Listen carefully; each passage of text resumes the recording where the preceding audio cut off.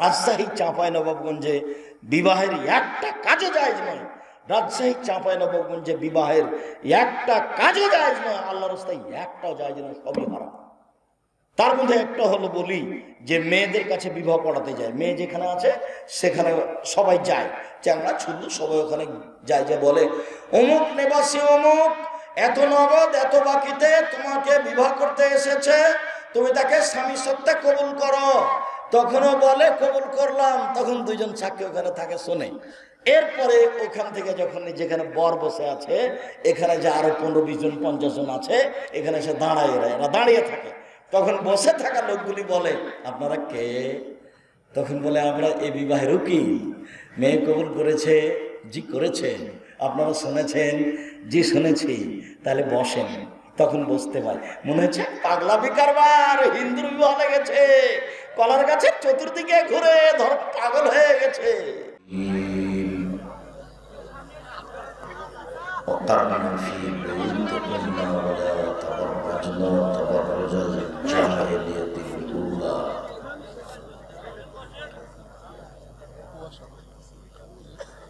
عن أبي سعيد الخدري رضي الله تعالى عنه قال قال رسول الله صلى الله عليه وسلم فاتقوا الدنيا واتقوا النساء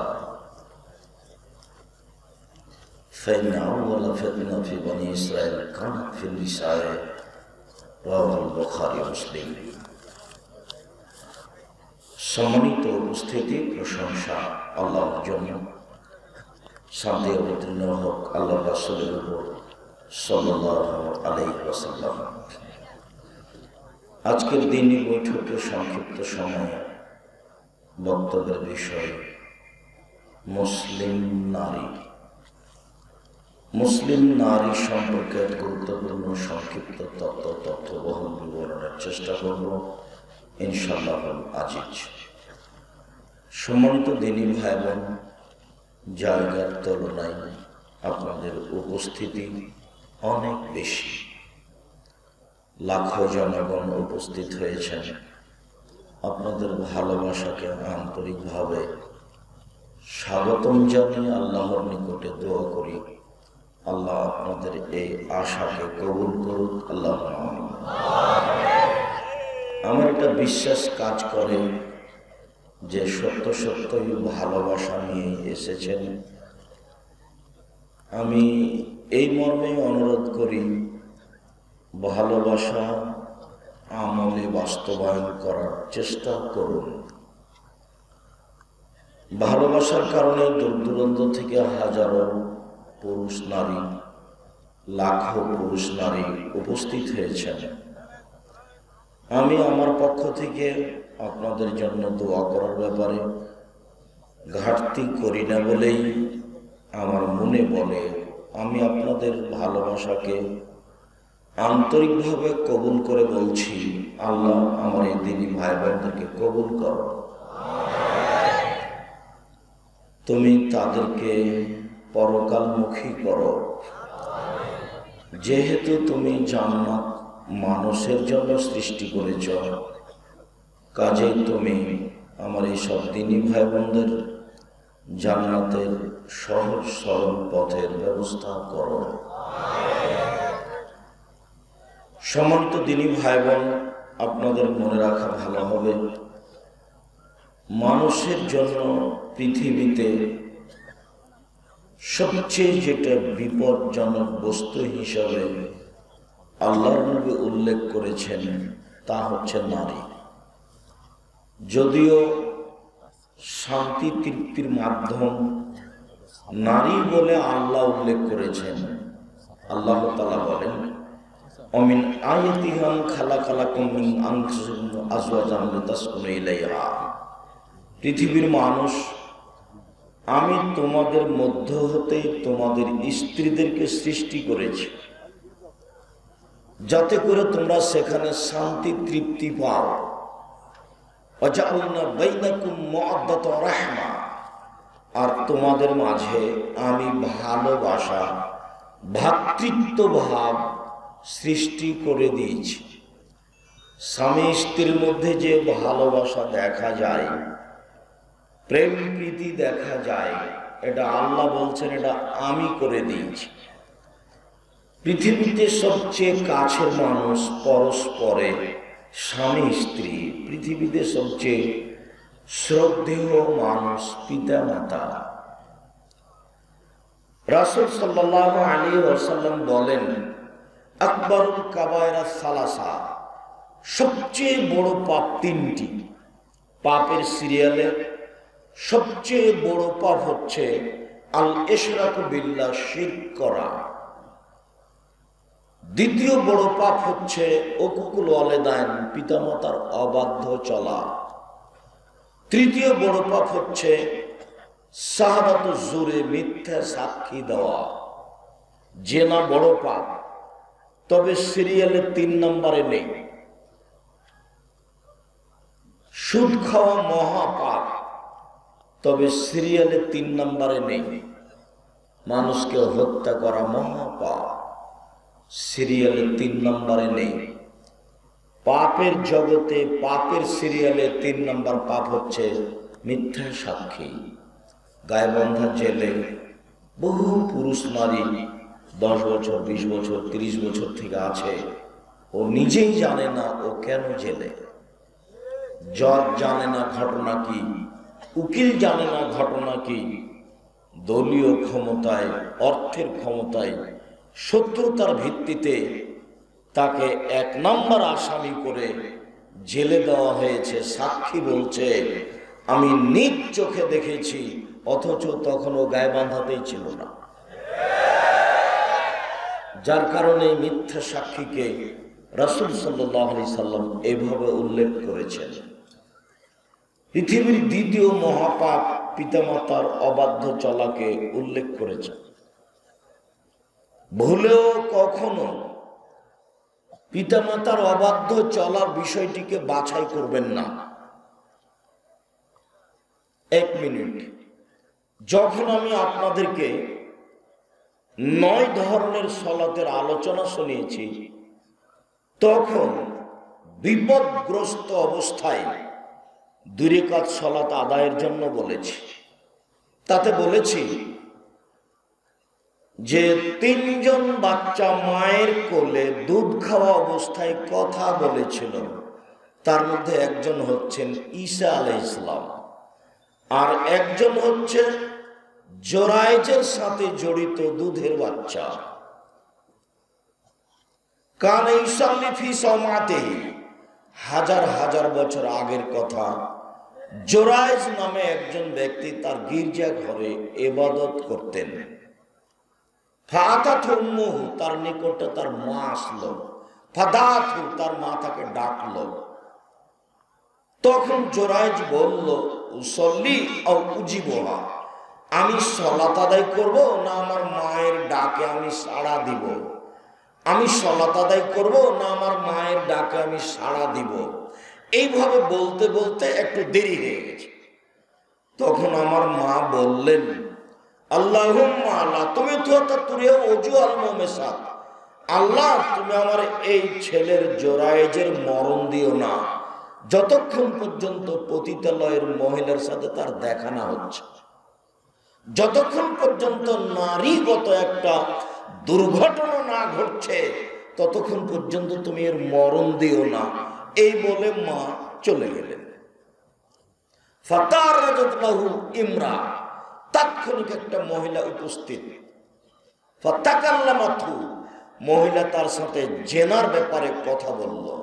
ফাআবা, জোরায়েজ জেনাকে অস্বীকার করলো। ছি ছি ছি ছি, বলো কি তুমি?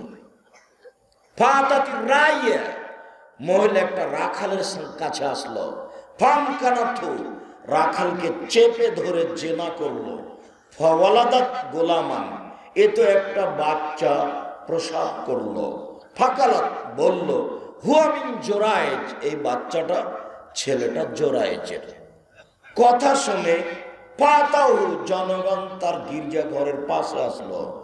অকাসারুহ, জনগণ তার গির্জা ঘরকে ভেঙে একবারে খান খান ধোলা ধোলা করে দিল। ওয়ামজাবুহ, তাকে টেনে হেঁচড়ে গির্জা ঘর থেকে বের করে রাস্তায় নামিয়ে দিল। ওয়াসাব্বুহু, তারা সবাই অকথ্য ভাষায় তাকে গালি দিল। ফাকাম, জোরাইজ দাঁড়ালো, তাওয়াদ্দা, ওযু করলো, ওয়াসাল্লা রাকাতাইন, 2 রাকাত সালাত আদায় করলো। সুমাতাল গোলামা, তারপর দুধের বাচ্চার কাছে আসলো। দুধের বাচ্চার কাছে এসে বলল, মানা বোকা, ও দুধের বাচ্চা বলো তো তোমার বাপকে। তখন দুধের বাচ্চা বলল, আবিয়া রাই, আমার বাপ হচ্ছে রাখাল।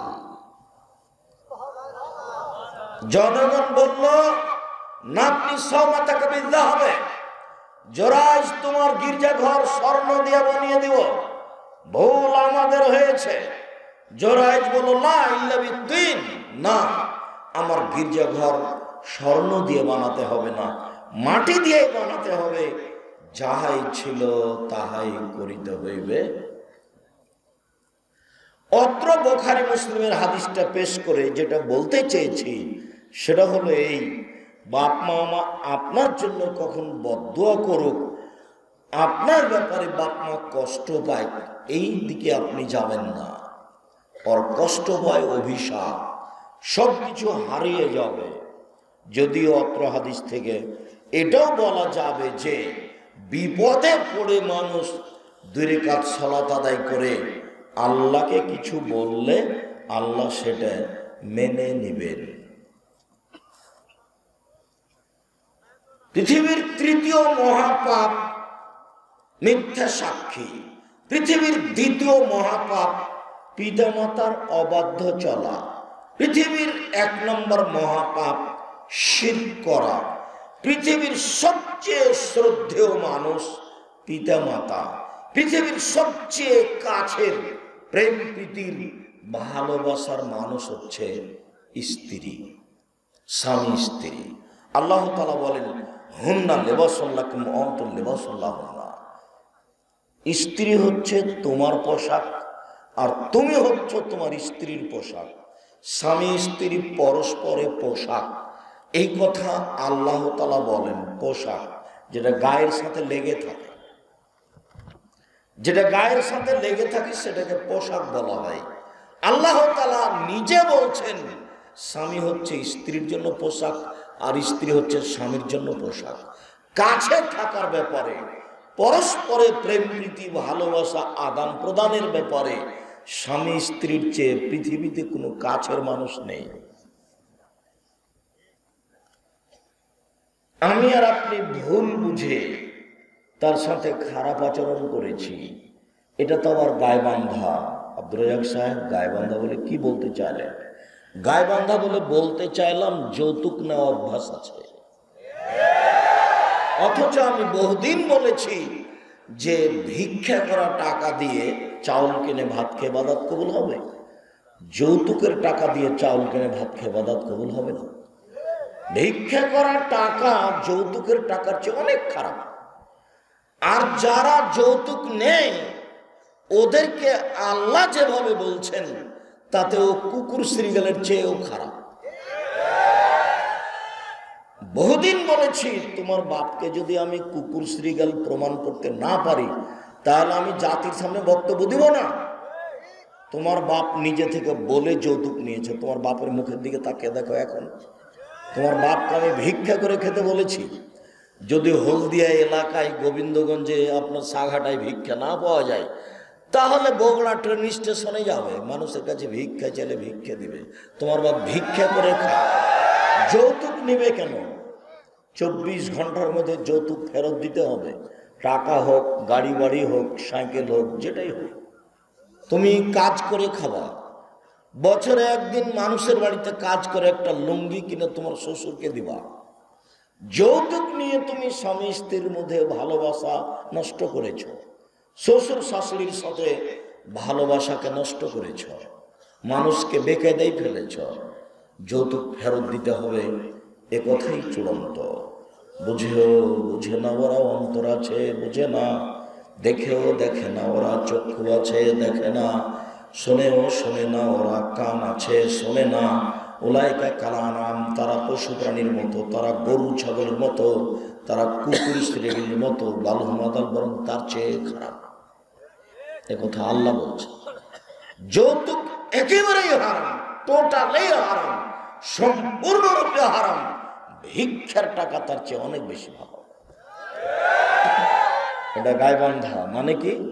গায়বান্ধা মানে বাড়ি ঘেরা নেই, বাহির দরজা নেই, এমনিতেই চলে। কিভাবে চলে সেটা আমি নিজেও বুঝি না। এইসব জীবিকা নির্বাহ হলো গরু ছাগলের পশু প্রাণীর জীবিকা নির্বাহ। ওই যে যাযাবর থাকে না, মাঝে মধ্যে একটা ছয়ের মতো করে টাপরের মতো করে রেখে থাকে, ওর দরজা নাই, ওর বাহির দরজা নাই, ঘরও নেই, ওর সালামও নেই। অথচ আমি বলেছি সবচেয়ে গরিব মানুষ আবু হুরায়রা রাদিয়াল্লাহু তাআলা। আবু হুরায়রা রাদিয়াল্লাহু তাআলা নিজে বলছেন যে আমি মসজিদে নববীতে খুব বেশি ক্ষুধা লাগলে পেটটা মাটির উপরে রেখে উপরে শুয়ে থাকতাম, তো মুসল্লিরা আমার গায়ের উপরে পা রেখে চলে যেত, আমাকে মানুষই ভাবতো না। আমি যে একটা মানুষ এটা মুসল্লিরা নামাজিরা ভাবতো না। তো এরপরে যখন আমি ক্ষুধা সহ্য করতে পারতাম না, তখন মাঝে মধ্যে কোনো ব্যক্তিকে বলতাম, যারা সালাত আদায় করছে তাকে বলতাম, আপনি কি এ হাদিস জানেন? আপনি কি এ হাদিস জানেন? কেন বলতাম? কোনো সময় যদি আমাকে বলে, আবু হুরায়রা তুমি তো হাদিসের কথা বলছো, তো তুমি কি খেয়েছো? তখন আমি বলবো না, তখন আমাকে খেতে নিয়ে যাবে। এই জন্য আমি মসজিদে একে একে মাঝে মধ্যে বলতাম যে তুমি কি এ হাদিস জানো? তুমি কি এ হাদিস জানো? তাহলে আমি বুঝাতে চাইলাম যে আবু হুরায়রা সবচেয়ে গরিব মানুষ। তো আবু হুরায়রা একদিন বলছেন, আল্লাহর নবী আপনি আমার মায়ের জন্য একটু দোয়া করেন তো। আল্লাহর নবী, আমার মা আপনাকে খুব গালি দেয়। তখন আল্লাহ রাসূল বলছেন, আল্লাহুম্মা হাদি উম্মা আবি হুরায়রা, আল্লাহ তুমি আবু হুরায়রার মাকে হেদায়েত দান করো। তো এখন আবু হুরায়রা বাড়ির দিকে যাচ্ছেন, বাড়ির দিকে গিয়ে দরজায় থেমে গেলেন। তার মানে বাহির দরজা আছে, দরজায় কান লাগিয়ে দেখছেন যে ওর মা পানি নিয়ে কিছু করছে, পানির শব্দ। তার মানে তার মা গোসল করছেন, ইসলাম গ্রহণ করবেন সেই জন্য। তো দাঁড়িয়ে আছে, একটু দেরি হয়েছে দরজাটা খুলতে। দরজা খুলেই দেখে যে তার মায়ের মাথাতে কাপড় নেই। ও বলছে আমার মায়ের মাথায় কাপড় ছিল না। তার মানে ওর মা ও মুসলিম, তারপরেও মাথায় কাপড় দিত। তার মানে ছেলের সামনে মা মাথায় কাপড় দিয়ে থাকতো, অথচ তার মা মুসলমান নয়। আমার মায়ের মাথায় কাপড় নেই, আমার মা আমাকে দেখেই বলছেন, আশহাদু আল্লা ইলাহা ইল্লাল্লাহ ওয়া আশহাদু আন্না মুহাম্মাদুর রাসূলুল্লাহ, আমি সাক্ষ্য দিচ্ছি আল্লাহ ছাড়া কোনো মাবুদ নেই, আমি সাক্ষ্য দিচ্ছি মুহাম্মদ আল্লাহর রাসূল। হাদিস বুখারী মুসলিম। এই হাদিস পড়ে যেটা আমি বলতে চেয়েছি সেটা হলো এই যে আবু হুরায়রা সবচেয়ে গরিব মানুষ, এরপরেও তার বাড়ির একটা বাহির দরজা আছে। তোমাদের বাড়িটা যে তোমরা ঢুকছো তো কোনখান দিয়ে সালাম দিয়ে ঢুকবে? সালাম দেওয়ারই জায়গা না, তো এটা বাড়ি হলো কি করে? তাহলে বাড়ি হয় না, এটা কে থাকে? তাহলে তো গরু ছাগল থাকে। কষ্ট পাচ্ছ বেটা, এক কষ্ট পাচ্ছ কেন? 24 ঘন্টার মধ্যে তোমার বাপকে বাড়ি ঘেরতে হবে, চট ছালা দিয়ে ঘেরতে হবে, খড় দিয়ে ঘেরতে হবে, টিন দিয়ে ঘেরতে হবে, ইট দিয়ে ঘেরো, সোনা দিয়ে ঘেরো, ঘেরতে হবে। তার নাম বাড়ি। একটা বাহির দরজা থাকবে, সবাই সালাম দিয়ে ঢুকবে। দরজায় নেই তো সালাম দিবে কোথায়? রাসূল সাল্লাল্লাহু আলাইহি ওয়াসাল্লাম বলছেন যে সালাম দিয়ে ঢুকলে শয়তান থাকে না, তো সালাম দেওয়ার জায়গায় নেই, তো তুমি সালাম দিবে কোথায়? কুমিল্লাতে গেছি প্রোগ্রামে, তো শীতের দিন, দেখুন বাড়ির ভিতরে নিজে বসতে দিচ্ছে, তো বলছে বাড়ির ভিতরে চলেন। তো আমি ঘরে গেলাম, তো কোনখান যে বাড়ির ভিতর তা বুঝতে পারলাম না। এইদিকে 2টা ঘর, ওইদিকে 2টা ঘরের মধ্যে গরুর গাড়ির রাস্তা, এটা নাকি বাড়ি। বাড়ি এমন নয়, বাড়ির চতুর্দিক ঘেরা থাকতে হবে, তার নাম বাড়ি। বাহির দরজা থাকতে হবে। এই ছেলে, তোমরা যারা দায়িত্ব পালন করছো তারা দেখো, স্টেজে আশেপাশে কেউ কথা বলতে পাবে না। আপনার অনেক ভালোবাসা, আপনাকে আমি অনেক ভালোবাসি। যেহেতু আমি আপনার জন্য কষ্ট করে রাজশাহী থেকে এসেছি, আর আপনিও এসেছেন, অল্প সময় আপনি একটু নিজেকে মূল্যায়ন করুন। এখন দোকানপাটে বসে থাকিয়েন না, কোথাও গল্প করিয়েন না। আমাকে দেখতে পান আর না পান, আপনি কিছুক্ষণ কথা মনোযোগ সহকারে শোনার চেষ্টা করেন, আপনার আমি কিছু না কিছু উপকার করবো ইনশাআল্লাহ। বিশ্বাস করেন, 90 সাল থেকে এখন পর্যন্ত আমি কোনোদিন অপ্রয়োজনীয় বাক্য বলিনি। 90 সাল থেকে এখন পর্যন্ত আমি কোনোদিন কেসা কাহিনী বলিনি। 90 সাল থেকে এখন পর্যন্ত আমি কোনোদিন মানুষের বিরুদ্ধে কোনো কথা বলিনি। 90 সাল থেকে এখন পর্যন্ত আমি কোনোদিন সরকার বিরোধী বক্তব্য দিতে যাইনি। 90 সাল থেকে এখন পর্যন্ত আমি কোনোদিন মানুষের কাছে পথ খরচ পাতেও চাইনি। 90 সাল থেকে এখন পর্যন্ত আমি কোনোদিন মানুষকে আমার পরিচয় দিইনি।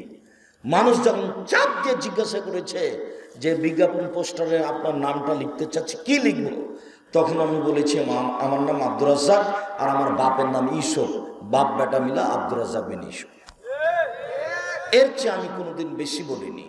যদি বেশি বলা প্রমাণ হয়ে গিয়ে থাকে তাহলে আমি জাতির সামনে কথা বলবো না। যেহেতু আমি আপনার জন্য এসেছি, আর এইভাবে আমার কথাতে সাড়া দিতে হবে না। এভাবে তো কথাতে আমি সাড়া দিলেও কষ্ট পাই। এইভাবে সাড়া দিলে আমি পরিবেশ ভালো আছে এটা আমি মনে করি না, এবং তুমি লজ্জাবোধ করছো এটা আমার মনে হয় না। তোমার হাতে একটা বড় মোবাইল আছে, মোবাইলের অপর নাম জেনা, মোবাইলের অপর নাম জাদু। বহু ছেলে এখানে আছে যে পায়খানা ঘরে মোবাইল নিয়ে যায়।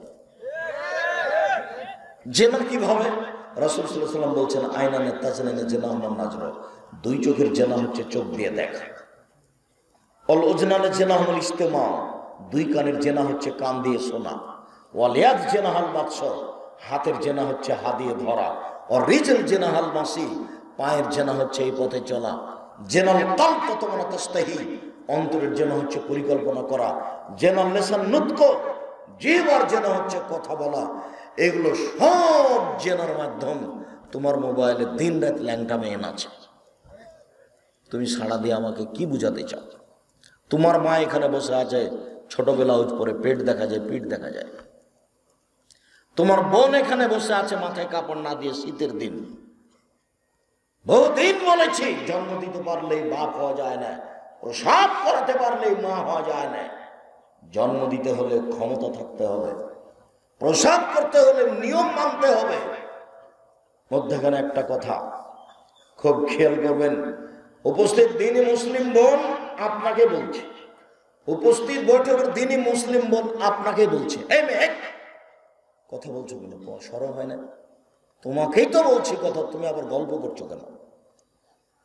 উপস্থিত বৈঠকের দিনী মুসলিম বোন আপনাকে অনুরোধ করছে, আপনাকে বলছে, আপনি তার সাথে থাকেন, আপনি তার স্বামী বা আপনি তার ভাই বা আপনি তার বাপ। আপনি খেয়াল করেন, জাবের রাদিয়াল্লাহু তাআলা আনহু বলেন যে আমি একদা আল্লাহ রাসূলের সাথে যুদ্ধ করে আসছিলাম, মদিনায় ঢুকবো।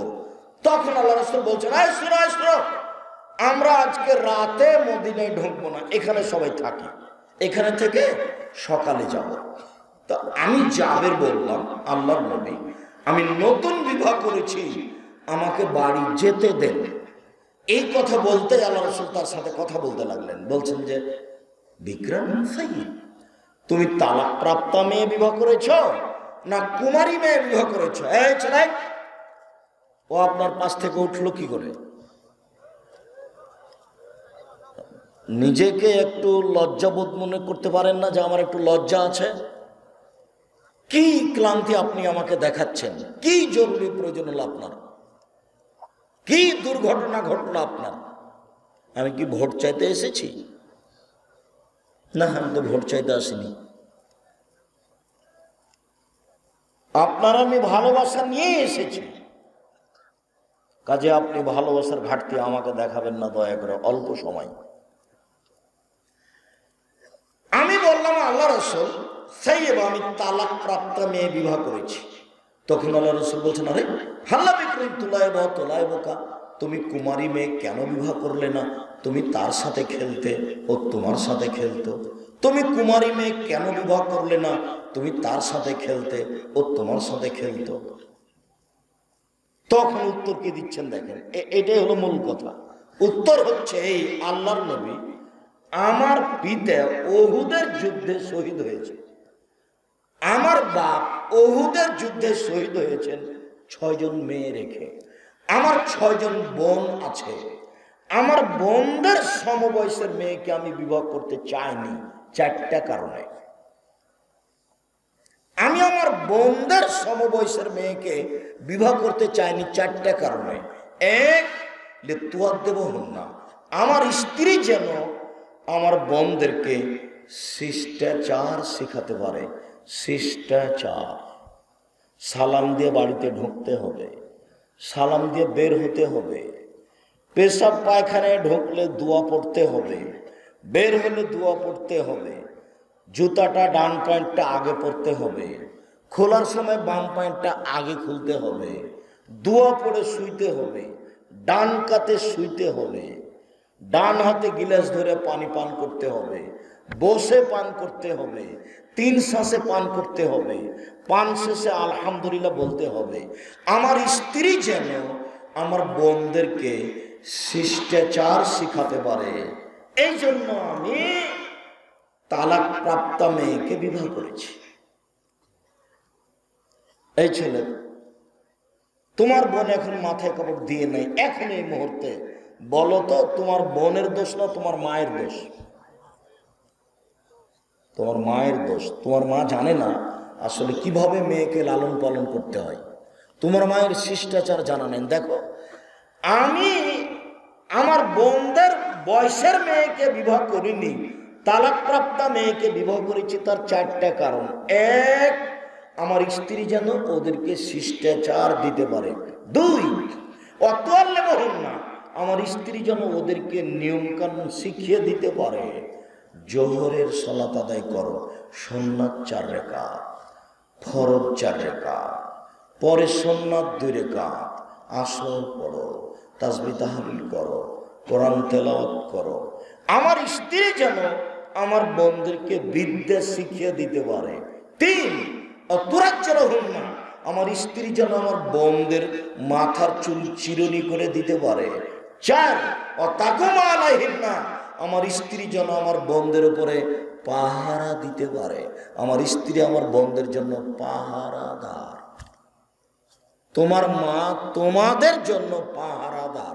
আমি এই কথা বলিনি, হাদিস বুখারী মুসলিম, এটা আল্লাহর নবী বলছেন। তোমার মা তোমার জন্য তোমার বোনের জন্য পাহারাদার।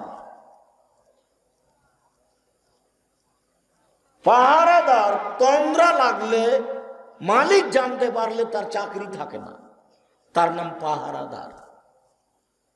সব সময় দাঁড়িয়ে থাকতে হয় গেটে, তার নাম পাহারাদার।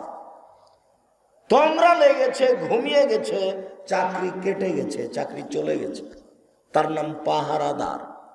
তোমার মাকে আল্লাহর নবী বলছেন পাহারাদার। আমি কি দিয়ে বুঝাই যে এই সংসার ধ্বংসের জন্য তোমার মা আর তোমার বাপ দায়ী? 2 জন মিলে এই পরিবারকে নষ্ট করেছে। অবাক হবে তুমি, বিশাল টিভি চলছে, তুমি আছো, তোমার বোন আছে, তোমার দুলাভাই আছে, তোমার মা আছে, তোমার বাপ আছে, তোমার চাচাতো ভাই আছে, চাচাতো বোন আছে, সবাই আছো, ল্যাংটা মেয়ে নাচছে। বলো, এগুলো পশু প্রাণী না মানুষ? এরা পশু প্রাণী না মানুষ? মানুষ হলে তার একটা লজ্জার ব্যাপার আছে। চি চি চি চি। রাসূল সাল্লাল্লাহু আলাইহি ওয়াসাল্লাম বলছেন, হাইউল ঈমান, লজ্জাই হচ্ছে ঈমান, আল ঈমান ফিল জান্নাহ, ঈমানই হচ্ছে জান্নাত। লজ্জা নেই যার, ঈমান নেই তার, ঈমান নেই যার, লজ্জা নেই তার। রাসূল বলছেন যে আল হায়াউল ঈমান কারনাউ জামিয়া, লজ্জা এবং ঈমান একসাথে জমা ধরে আছে। এই যে রফিয়া রফেলা, একটা যখন উঠে যায় আর একটা এমনিতে চলে যায়, একটা যখন উঠে যায় তখন আর একটা এমনিতে চলে যায়। লজ্জা বিক্রি করেছে তোমার মা, তোমার বোন, তোমাদের পরিবার। সম্মানিত দিনী ভাই বোন, আপনাকে আমি কষ্ট দেওয়ার জন্য আসিনি, তবে কথা যেটা বলছি সেটাই সত্য। তিতা লাগলেও সত্য, মিঠা লাগলেও সত্য, কিছু করার নেই। মানুষ মানুষই, মানুষ গরু ছাগল নয়। আল্লাহ তাআলা মানুষকে কুকুর শ্রীগাল বলেননি, বলেছেন কুকুর শ্রীগালের মতো। কেন? কুকুর শ্রীগাল কোনোদিনই নিয়ম শিখতে পারবে না, আর মানুষ ইচ্ছা করলে পারবে। বুঝা গেল না মনে হয়? কুকুর শ্রীগাল কি কোনোদিন নিয়ম কানুন শিখতে পারবে? পারবে না, কিন্তু মানুষ ইচ্ছা করলে পারবে। যার কারণে আল্লাহ তাআলা বলছেন কুকুর শ্রীগালের মতো। কখনো আল্লাহ বলেননি যে মানুষ কুকুর শ্রীগাল, এ কথা বলেন। মনে থাকবে না মনে হয়? মায়ের জন্য কয়টা জিনিস লাগবে? 4টে। এক, ভুলে গেছো, শিষ্টাচার শেখাতে। 2, বিদ্যা। 3, মাথার চুল চিরুনি করা। তোমার বোনের মাথার চুল সবসময় পরিপাটি থাকবে, পাগলি হয়ে থাকবে না, সুন্দর সাজানো গোছানো থাকবে। হাদিস বুখারী মুসলিম। 4, পাহারাদার। তোমার মাও যেন বলতে বলতে যায়, আব্দুর রাজ্জাক সাহেব বলেন আমার জন্য 4টা জিনিস লাগবে, আমার জন্য 4টা জিনিস লাগবে। 1, শিষ্টাচার। 2, বিদ্যা। 3, চিরুনি করা। 4, পাহারাদার। তুমি দেখো তো একা একা সিরিয়াল দিতে পারো কিনা, ভুলে যাবো না।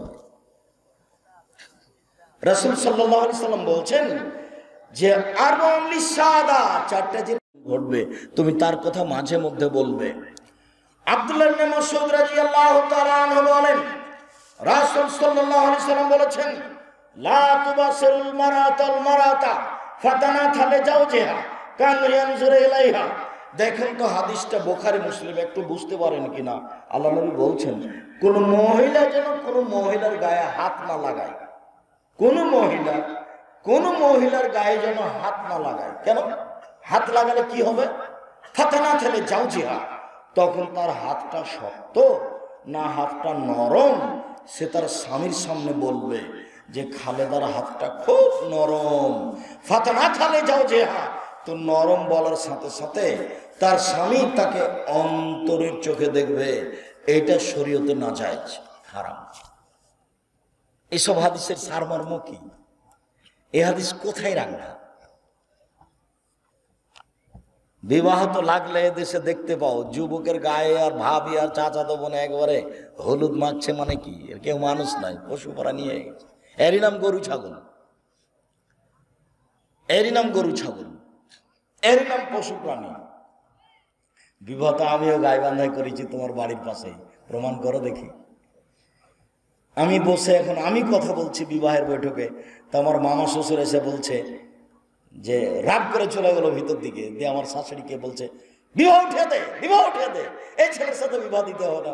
বর কেন কথা বলে, বর কেন কথা বলে? মানে এটা হলো নীতির উল্টা, এলাকার নীতির উল্টা। বাংলাদেশের বিভিন্ন জেলাতে যেটা গায়েবান্ধার কথা নকল করি, অবাক আমাকে হতে হয়। রাজশাহী চাঁপাইনবাবগঞ্জে বিবাহের একটা কাজও জায়েজ নয়। রাজশাহী চাঁপাইনবাবগঞ্জে বিবাহের একটা কাজও জায়েজ নয়। আল্লাহর রাস্তায় একটাও জায়েজ নয়, সবই হারাম। তার মধ্যে একটা হলো বলি যে মেয়েদের কাছে বিবাহ পড়াতে যায়, মেয়ে যেখানে আছে সেখানে সবাই যায়, চ্যাংড়া ছুল্লু সবাই ওখানে যায়, যে বলে অমুক নিবাসী অমুক এত নগদ এত বাকিতে তোমাকে বিবাহ করতে এসেছে, তুমি তাকে স্বামী সত্ত্বে কবুল করো। তখনও বলে কবুল করলাম, তখন 2 জন সাক্ষী ওখানে থাকে, শোনে। এরপরে ওখান থেকে যখন যেখানে বর বসে আছে, এখানে যে আরো 15-20 জন 50 জন আছে, এখানে এসে দাঁড়ায়, এরা দাঁড়িয়ে থাকে। তখন বসে থাকা লোকগুলি বলে আপনারা কে? তখন বলে আমরা এই বিবাহের উকিল, মেয়ে কবুল করেছে। জি করেছে? আপনারা শুনেছেন? জি শুনেছি। তাহলে বসেন। তখন বসতে পারে, মনে হচ্ছে পাগলামি কারবার, হিন্দুর বিবাহ লেগেছে, কলার গাছের চতুর্দিকে ঘুরে ধর্ম পাগল হয়ে গেছে, ধর্ম পাগল হয়ে গেছে। গায়েবান্ধা নয়, সারা বাংলাদেশ চ্যালেঞ্জ করলাম, এই নীতির বৈধতা যদি কেউ পেশ করতে পারে সবই হারাম। বলেছি কাজী সাহেবকে যে আপনার ওই এর খাতার 4 জন সাক্ষীর ওই পেপারটা ছিঁড়ে টয়লেট পেপার হিসেবে ব্যবহার করতে হবে। অসম্ভব হতে পারে না বিবাহের জন্য 2 জন সাক্ষী। আল্লাহ নবী বলেন এখানে কাজীর খাতাতে 4 জন আসলো কেন? ধর্ম কি পাগল হয়ে গেছে? আবার বলছে পুরুষের জন্য 2 জন আর মহিলার জন্য 2 জন, 4 জন সাক্ষী কেন? এই ছেলে, পৃথিবীতে মাত্র এক জায়গাতে 4 জন সাক্ষী লাগে, কি প্রমাণ করতে? জেনা প্রমাণ করতে। তো এখন কি জেনা করা হচ্ছে নাকি? তো বাপ আছে, বিবাহ দিচ্ছে, তো 4 জন সাক্ষী কেন? 4 জন সাক্ষী কোথায় লাগে? জেনাতে, জেনা প্রমাণ করতে পৃথিবীতে আর কোথাও 4 জন সাক্ষী লাগে না। 4 জন সাক্ষী কোথায় লাগে? জেনা প্রমাণ করতে। অথচ এই খাতাতে 4 জন সাক্ষীর জায়গা লেখা আছে। কাজী সাহেব আপনি কি করবেন সেটা আপনার ব্যাপার, তাহলে সরকারি ব্যাপার, সেটা হোক, তবে আপনি বিবেচনা করে দেখেন। এর নাম ধর্ম, এর নাম ইসলাম। রাসূল সাল্লাল্লাহু আলাইহি ওয়াসাল্লাম বলছেন লা নিকাহা ইল্লা বিশাহিদাইনে, 2 জন সাক্ষী ছাড়া বিবাহ হবে না। রাসূল সাল্লাল্লাহু আলাইহি ওয়াসাল্লাম বলছেন লা নিকাহা ইল্লা বিওয়ালিন, বাপ ছাড়া বিবাহ হবে না। উকিল বাপ হারাম। গায়বান্ধাতে উকিল বাপ লাগে জরুরি, আর চট্টগ্রামে উকিল বাপই সেদিন থেকে বাপ। ওই বাপই এখন মেয়েকে আনবে, মেয়ের বাড়ি যাবে, বাস যাতায়াত করবে, এটা বাপ হয়ে গেছে সেদিন থেকে। অবাক ধর্ম। আর গায়বান্ধাতে উকিল বাপ লাগবে। মেয়ের বাপ যখন বেঁচে আছে তখন তার দাদার উকিল হওয়া হারাম। মেয়ের বাপ যখন বেঁচে আছে তখন তার জ্যাঠর উকিল হওয়া হারাম। দেখি কে প্রমাণ করতে পারে। প্রমাণ হয়ে গেলে আর কোনোদিন জাতির সামনে আসবো না।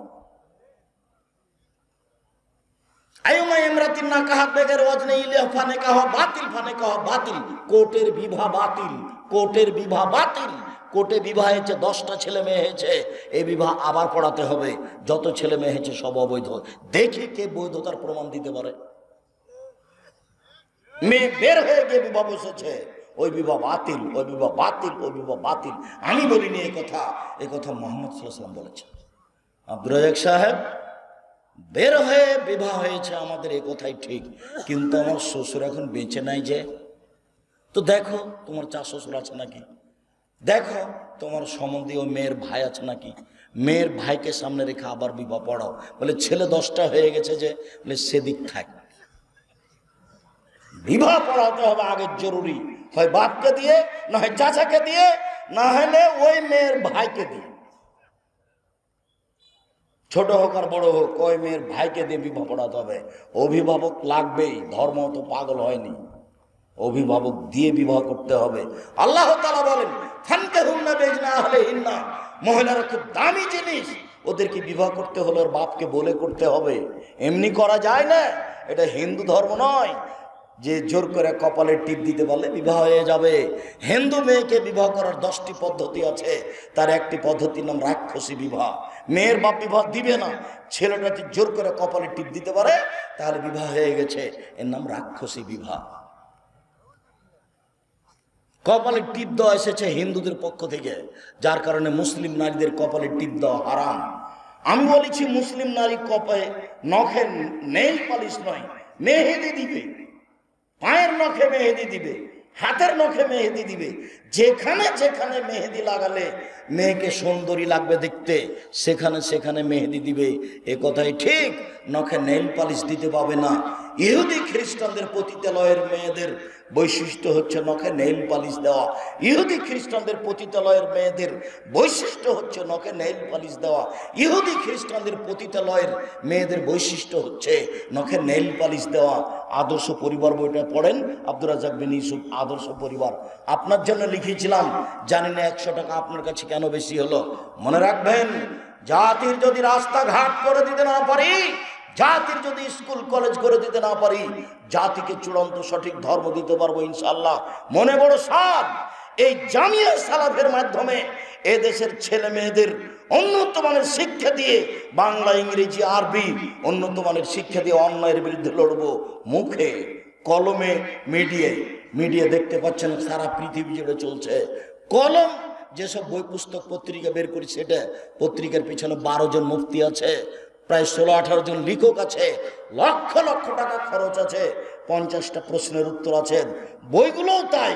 আমি জেনে শুনে সজ্ঞানে কলম ধরিনি কোনোদিন কেসা কাহিনীতে, জেনে শুনে সজ্ঞানে কলম ধরিনি কোনোদিন জাল জয়ীফ হাদিসে, জেনে শুনে সজ্ঞানে মুখে কোনোদিন কেসা কাহিনী বলিনি, জেনে শুনে সজ্ঞানে কোনো সময় মুখে কোনোদিন জাল জয়ীফ হাদিস বলিনি। ঠিক মিডিয়া যেটা জামিয়া সালাফের পক্ষ থেকে অনলাইন আল ইতিসাম টিভি, এর মাধ্যমেও জেনে শুনে কোনোদিন কেসা কাহিনী বলি না, জালজোগ হাদিস বলি না। জাতিকে পরকালমুখী করতে চাই, এটাই লক্ষ্য উদ্দেশ্য। শিরক মুক্ত প্রতিষ্ঠান জামিয়া সালাফিয়া, বিদআত মুক্ত প্রতিষ্ঠান জামিয়া সালাফিয়া, দল মুক্ত প্রতিষ্ঠান জামিয়া সালাফিয়া, সংগঠন মুক্ত প্রতিষ্ঠান জামিয়া সালাফিয়া। একমাত্র পরকালের আশায় বাংলা, ইংরেজি, আরবি উন্নত মানের শিক্ষা দেওয়ার ব্যবস্থা জামিয়া সালাফিয়া। মনে বড় সাধ, এর মাধ্যমে এদেশের ছেলে মেয়েদের উন্নত মানের শিক্ষা দিয়ে অন্যায়ের বিরুদ্ধে লড়বই ইনশাআল্লাহ। সম্মানিত দিনী ভাই বোন, এ আশায় দিন রাত বলতে চাচ্ছি, ফাঁকি দিতে আসেনি। আদর্শ বই আপনি পড়ে দেখুন, ওখানে নখে নেল পালিশ দেওয়া ইহুদি খ্রিস্টানদের পতিতালয়ের মেয়েদের বৈশিষ্ট্য বলা হয়েছে। সাথে সাথে সব নারী হাতে মেহেদি দিতে বাধ্য, সব নারী হাতে মেহেদি দিতে বাধ্য। একজন মহিলা আল্লাহ রাসূলের হাতে একটা পত্র দিয়েছে। আল্লাহ রাসূল পত্রটা নিয়ে বলছে, এ হাতটা পুরুষের না নারীর? আরে যদি নারীর হয় তাহলে মেহেদি নাই কেন? আমরা এ হাতটি পুরুষের না নারীর? যদি নারীর হয় তাহলে মেহেদি নাই কেন? তার মানে নারী হাতে মেহেদি দিতে বাধ্য, পায়ের নখে মেহেদি দিতে বাধ্য। পুরুষ কোনো সময় হাতের নখে পায়ে মেহেদি দিতে পাবে না, পুরুষের জন্য দেওয়া হারাম। মহান আল্লাহ বলেন, ওয়াকুলিল মুমিনাত ইয়াগযুদনা মিন আবসারিহিন্না ওয়া ইয়াহফাযনা ফুরুজাহুন্না ওয়া লা ইউযিনা যিনাতাহুন্না। মুহাম্মদ সাল্লাল্লাহু আলাইহি সাল্লাম, আপনি পৃথিবীর নারীদের বলে দিন, ওরা যখন বাড়ি থেকে বের হবে, রাস্তায় চলবে, তখন চক্ষু নিচু করে চলবে। নারীদেরকে চক্ষু নিচু করে চলতে হবে, এ কথা আল্লাহ বলেন, এটা আল্লাহর আদেশ। তাদের সৌন্দর্যকে ঢেকে রাখতে হবে, সৌন্দর্য প্রকাশ করতে পাবে না। চুল সৌন্দর্যের অন্তর্ভুক্ত, গায়ে মোটা চাদর থাকতে হবে, অঙ্গ প্রত্যঙ্গ যেন প্রকাশ না পায়, এটা আল্লাহর আদেশ। মহিলাকে চক্ষু নিচু করে চলতে হবে, গায়ে মোটা চাদর দিয়ে চলতে হবে। রাস্তা থেকে, বাড়ি থেকে বের হলে, রাস্তায় নামলে এই পোশাক পরতে সে বাধ্য, এটা আল্লাহর আদেশ, এটা নবীর আদেশ। আবু হুরায়রা রাদিয়াল্লাহু তাআলা আনহু বলেন, রাসূল সাল্লাল্লাহু আলাইহি সাল্লাম বলেছেন, সিনফানি মিন আহলিন নার, দুই শ্রেণীর মানুষ জাহান্নামে যাবে। লা মারাহুমা, আমি তাদের দেখিনি। দুই শ্রেণীর মানুষ জাহান্নামে যাবে, আমি তাদের দেখিনি।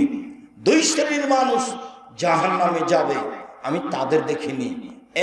এক কম মাহুম সায়াতুন, এক শ্রেণীর মানুষ, তাদের হাতে থাকবে লাঠি, কাজনাবিল বাকারে, গাভীর লেজের মতো, একদিক মোটা একদিক চিকন। এক শ্রেণীর মানুষ, তাদের হাতে থাকবে লাঠি, গাভীর লেজের মতো, একদিক মোটা একদিক চিকন। এজরিবুনা বিহান নাস, এ দিয়ে তারা মানুষকে মারবে, এরা জাহান্নামে যাবে। এ দিয়ে তারা মানুষকে মারবে, এরা জাহান্নামে যাবে। দুই, নিসাউন, মহিলা, কাসিয়াতুন, কাপড় পরে থাকে, আরিয়াতুন, উলঙ্গ, মুমিলাতুন, তারা পুরুষকে নিজের দিকে আকৃষ্ট করে, মাইলাতুন, তারা নিজেরা পুরুষের দিকে আকৃষ্ট হয়। লায়াদখুলুন যারা, এরা জান্নাতে যাবে না, এরা জান্নাতে তো যাবে না, যাবেই না। ওয়ালা ইয়াজিদনা রিহাহা, এরা জান্নাতের গন্ধ পাবে না। ফাইনা রিহা লা তুজাদু মিন মাসরিতা কাদা ওয়া কাদা, এই জান্নাতের গন্ধ পাওয়া যায় 1 বছরের দূরত্ব পথ হতে। এটা জান্নাত। এখান থেকে একটা ঘোড়া দৌড়াতে আরম্ভ করেছে, 1 বছর দৌড়িয়ে যত দূরে যাবে, এইখানে যদি কেউ দাঁড়ায় তাহলে সে জান্নাতের গন্ধ পাবে, তার নাম জান্নাত। এই মহিলা জান্নাতে তো যাবে না, যাবেই না, জান্নাতের গন্ধ পাবে না। এই কথা আমি বলিনি, এই কথা মুহাম্মদ সাল্লাল্লাহু আলাইহি ওয়াসাল্লাম বলেছেন। হাদিস বুখারী মুসলিম, কোনো আপোষ নেই। নিসাউন, মহিলা, কাসিয়াতুন, কাপড় পরে থাকে, আরিয়াতুন, উলঙ্গ। দেখো তুমি, তোমার মা এখানে বসে আছে ছোট ব্লাউজ পরে, এর জন্য দায়ী আমি নই। তোমার বোন পরে আছে নগ্ন পোশাকের জন্য আমি দায়ী নই। জবাব তোমাকে দিতে হবে, তোমার বাপকে দিতে হবে, তোমার মাকে দিতে হবে। এরাই পরস্পর দায়িত্বশীল, জবাব এদেরকে দিতে হবে। কিয়ামত দূরে নেই, মরলেই কিয়ামত। সব জবাব দেওয়ার জন্য প্রস্তুত থাকেন। জবের ফলাফল জাহান্নাম। যদি উত্তর ভালো না আসে, ফলাফল জাহান্নাম। তাহাজ্জুদ পড়ে হবে না। 3 শ্রেণীর মানুষ জান্নাতে যাবে না। এক, মধুমিনুল খামর, যারা নিয়মিত বিড়ি তামাক জর্দা সিগারেট গুল নেশাদার দ্রব্য খায় পান করে। 2 আর রাজনাত মিনান নিসায়ে, পুরুষের বেশধারী নারী, যারা পুরুষের জুতা স্যান্ডেল পরে, যারা পুরুষের শার্ট প্যান্ট পরে, যারা পুরুষের পোশাক পরে, ওরা জান্নাতে যাবে না। যারা গেঞ্জি গায়ে দিয়ে চলে, যেটা দিন রাত দেখছেন, এরা জান্নাতে যাবে না। এ কথা রাসূল সাল্লাল্লাহু আলাইহি ওয়াসাল্লাম বলেন। 3 ও দাইস আলাইহি কিরফি আল খাওয়াসা, যে তার বাড়িতে বেহাইয়ের সূর্য দিয়েছে, সে হলো দায়ুস। যার মেয়ে নগ্ন পোশাকে স্কুল কলেজে যায়, যার স্ত্রী নগ্ন পোশাকে রাস্তাঘাটে ঘুরে, বাজার যায়, সে নিচে দায়ুস, সে জান্নাত যেতে পারে না। সম্মানিত দিনী ভাই বোন, আমি অনুরোধ জানিয়েছি, স্বামী হলে 5টা জিনিস লাগে। স্বামী হলে 5টা জিনিস লাগে। স্বামী হলে 5টা জিনিস লাগে। 1 ফাকসুহমাত তাকসাইতা, যে মানের কাপড় তুমি পরো, স্ত্রীকে সে মানের পরাও। 2 আতে মাতা ইনতা, যে মানের তুমি খাও, স্ত্রীকে সে মানের খাওয়াও। 3 আল্লাহ তুকাব্বে, স্ত্রীকে কটু কথা বলো না, কখনো ভুলেও তার বদনাম করো না।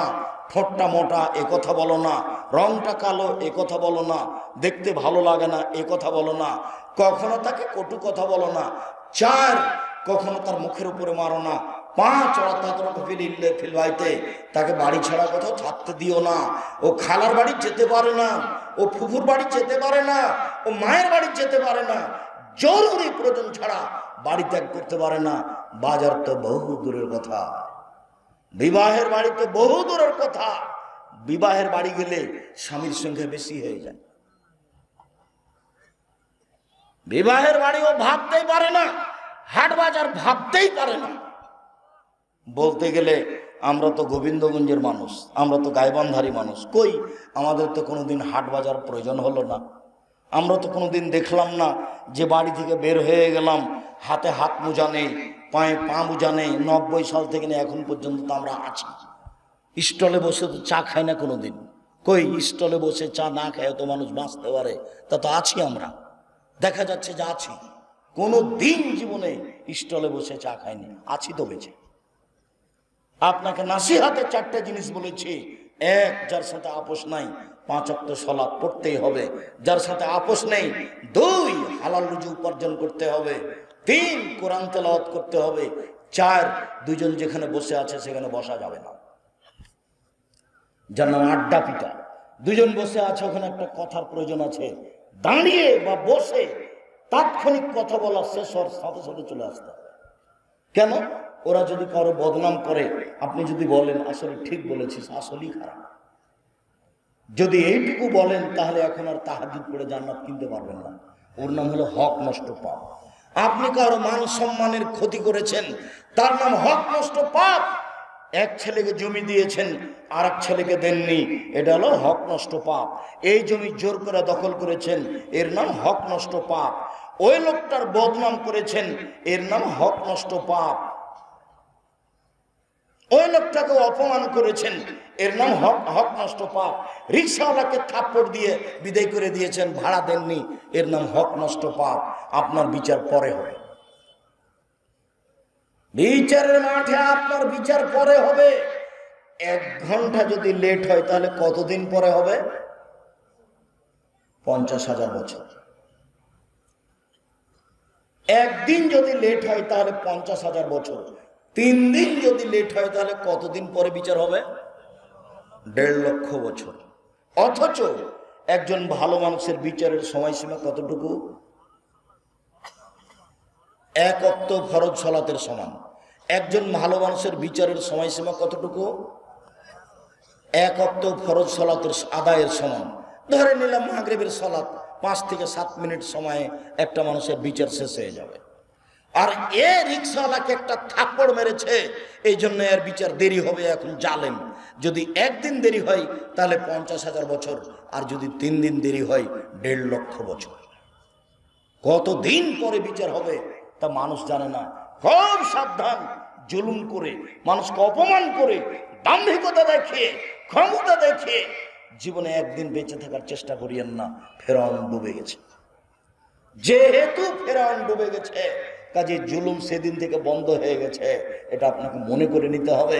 ভুলেও কোনোদিন রিক্সাওয়ালাকে থাপ্পড় দিয়ে ধমকে বিদায় করবেন না। ওই একটা মানুষ কাজ করে খায়। আপনার একটা মানবতা থাকতে হবে। জুলুম করে বেঁচে থাকার কোনো চেষ্টা করবেন না 1 মিনিট, নইলে পরকাল কঠিনভাবে হারিয়ে যাবে। সম্মানিত দিনী ভাই বোন, বলছিলাম রাসূল সাল্লাল্লাহু আলাইহি সাল্লাম বললেন, নিসাউ মহিলা কাসিয়াতুন কাপড় পরে থাকে, আর ইয়াতুন উলঙ্গ। দেখেন বাস্তব হাদিস মিশে আছে। মহিলাতুন ও পুরুষকে নিজের দিকে আকৃষ্ট করে, ও যখন হাঁটে সব লোক তখন তাকে দেখতে থাকে। মাইলাতুন ওরা নিজেরা আকৃষ্ট হয়, দেখবেন রাস্তায় যখন চলে তখন কেন জানি কেমন কেমন করে, আনছান আনছান করে, একবার ডান দিকে যায়, একবার বাম দিকে যায়, একবার হাত নাড়ে, একবার চুল নাড়ে, একবার ভাঁজ করে কথা বলে, বিভিন্ন রকম ভাবে শয়তান তাকে খেপিয়ে তোলে, সেইভাবেও খেপে উঠে। আল্লাহ রাসূল বলছেন, আল মারাতু আওরা, মহিলা হচ্ছে ঢেকে রাখা জিনিস, মহিলারা হচ্ছে ঢেকে রাখা জিনিস। এই যা খারাজাত যখন বাড়ি থেকে বের হয়, ইস্তারাফরা শয়তান, শয়তান তখন তাকে বেঁকে দেয়, ফেলে দেয়, শয়তান তখন তাকে খেপিয়ে তোলে, শয়তান তখন তাকে পুরুষের সামনে নিজেকে পেশ করার জন্য বারবার উৎসাহিত করে তোলে। এই কথা রাসূল সাল্লাল্লাহু আলাইহি ওয়াসাল্লাম বলেন। সম্মানিত দিনী ভাই বোন, আবু সাঈদ খুদরি রাদিয়াল্লাহু তাআলা আনহু বলেন, রাসূল সাল্লাল্লাহু আলাইহি ওয়াসাল্লাম বলেছেন, পৃথিবীর মানুষ ফাত্তাকু দুনিয়া ওয়াত্তাকুন নিসা, তোমরা মহিলা থেকে বেঁচে থাকো এবং নারী থেকে বেঁচে থাকো। একটা জরুরি কথা। এই বাচ্চা, বসো। একটা জরুরি কথা। আল্লাহর নবী মহিলা থেকে বাঁচতে বললেন, ভালো কথা, কিন্তু পৃথিবী থেকে বাঁচতে বললেন কেন? এটা তো জড় বস্তু, যেটার উপরে বসে আছেন এটা তো জড় বস্তু, এ তো মাটি, এইটা থেকে বাঁচতে বললেন কেন? মনে রাখবেন, সবচেয়ে অত্যাধুনিক আধুনিক যন্ত্র হচ্ছে মাটি। বিচারের মাঠে যখন বিচার হবে তখন মাটি আপনার বিরুদ্ধে কথা বলবে।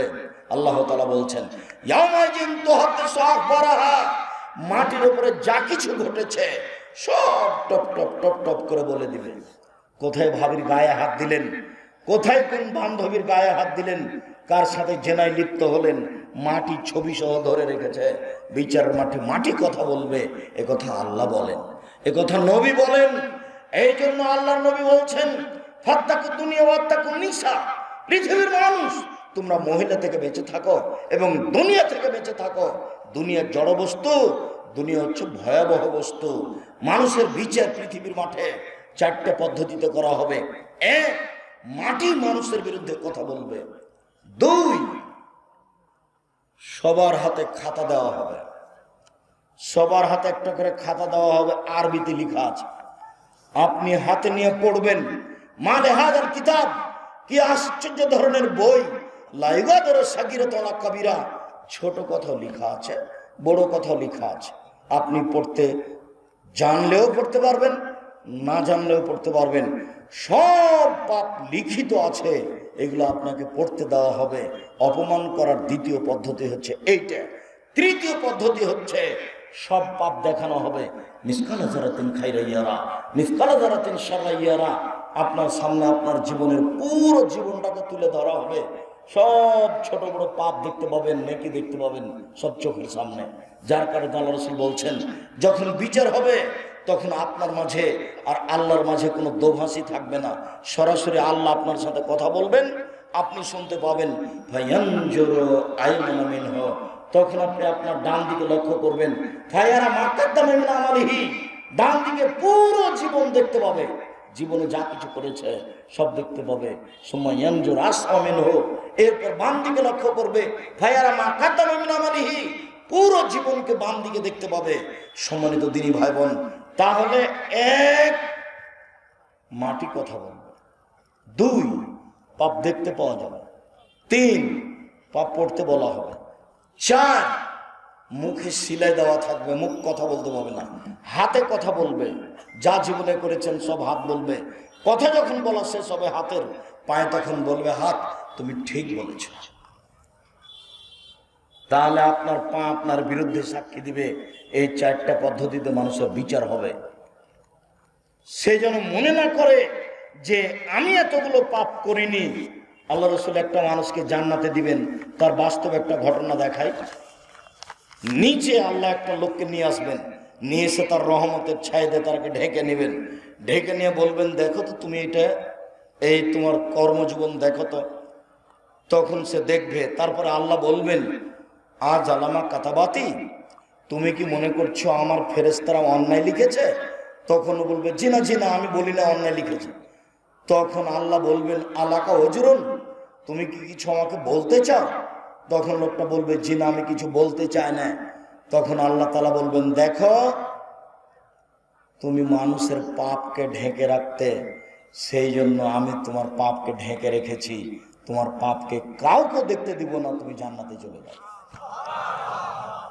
মানুষের পিছনে পড়বেন না কোনোদিন। দল করতে গেলে, সংগঠন করতে গেলে মানুষ আর একজনের বদনাম করে, তার ঢেকে রাখা দোষগুলিকে উল্লেখ করে, আমি বুঝাতে পারিনি। আবার দেখেন, এদিকে দেখেন, বিচারের মাঠের লোকটাকে আল্লাহ নিয়ে আসবেন, নিয়ে এসে বলবেন, দেখো তো তোমার এগুলো কর্ম। তখনও বলবে, জি এগুলো আমারই কর্ম। তখন আল্লাহ বলবেন, ফেরেশতারা কি অন্যায় লিখেছে? তখন লোকটি বলবে, জি না অন্যায় লিখেনি। তখন আল্লাহ বলবেন, তুমি কি আমাকে কিছু বলতে চাও? তখন লোকটি বলবে, জি না কিছু আমি বলতে চাই না। তখন আল্লাহ বলবেন, দেখো তুমি মানুষের পাপকে ঢেকে রেখেছিলে, মানুষের সামনে প্রকাশ করনি, লোকটাকে অপমান করনি, সেই জন্য আমি আল্লাহ তোমার পাপকে কাউকে দেখতে দিব না। মানুষে যদি তুমি পাপ ঢেকে রাখতে পারো, আমি আল্লাহ তোমাকে ক্ষমা করে দিতে পারি। যাও, তোমাকে জাতির সামনে অপমান করলাম না। মান সাতারা মুসলিমান সাতারাহুল্লাহ ফিদ দুনিয়া ওয়াল আখিরাহ।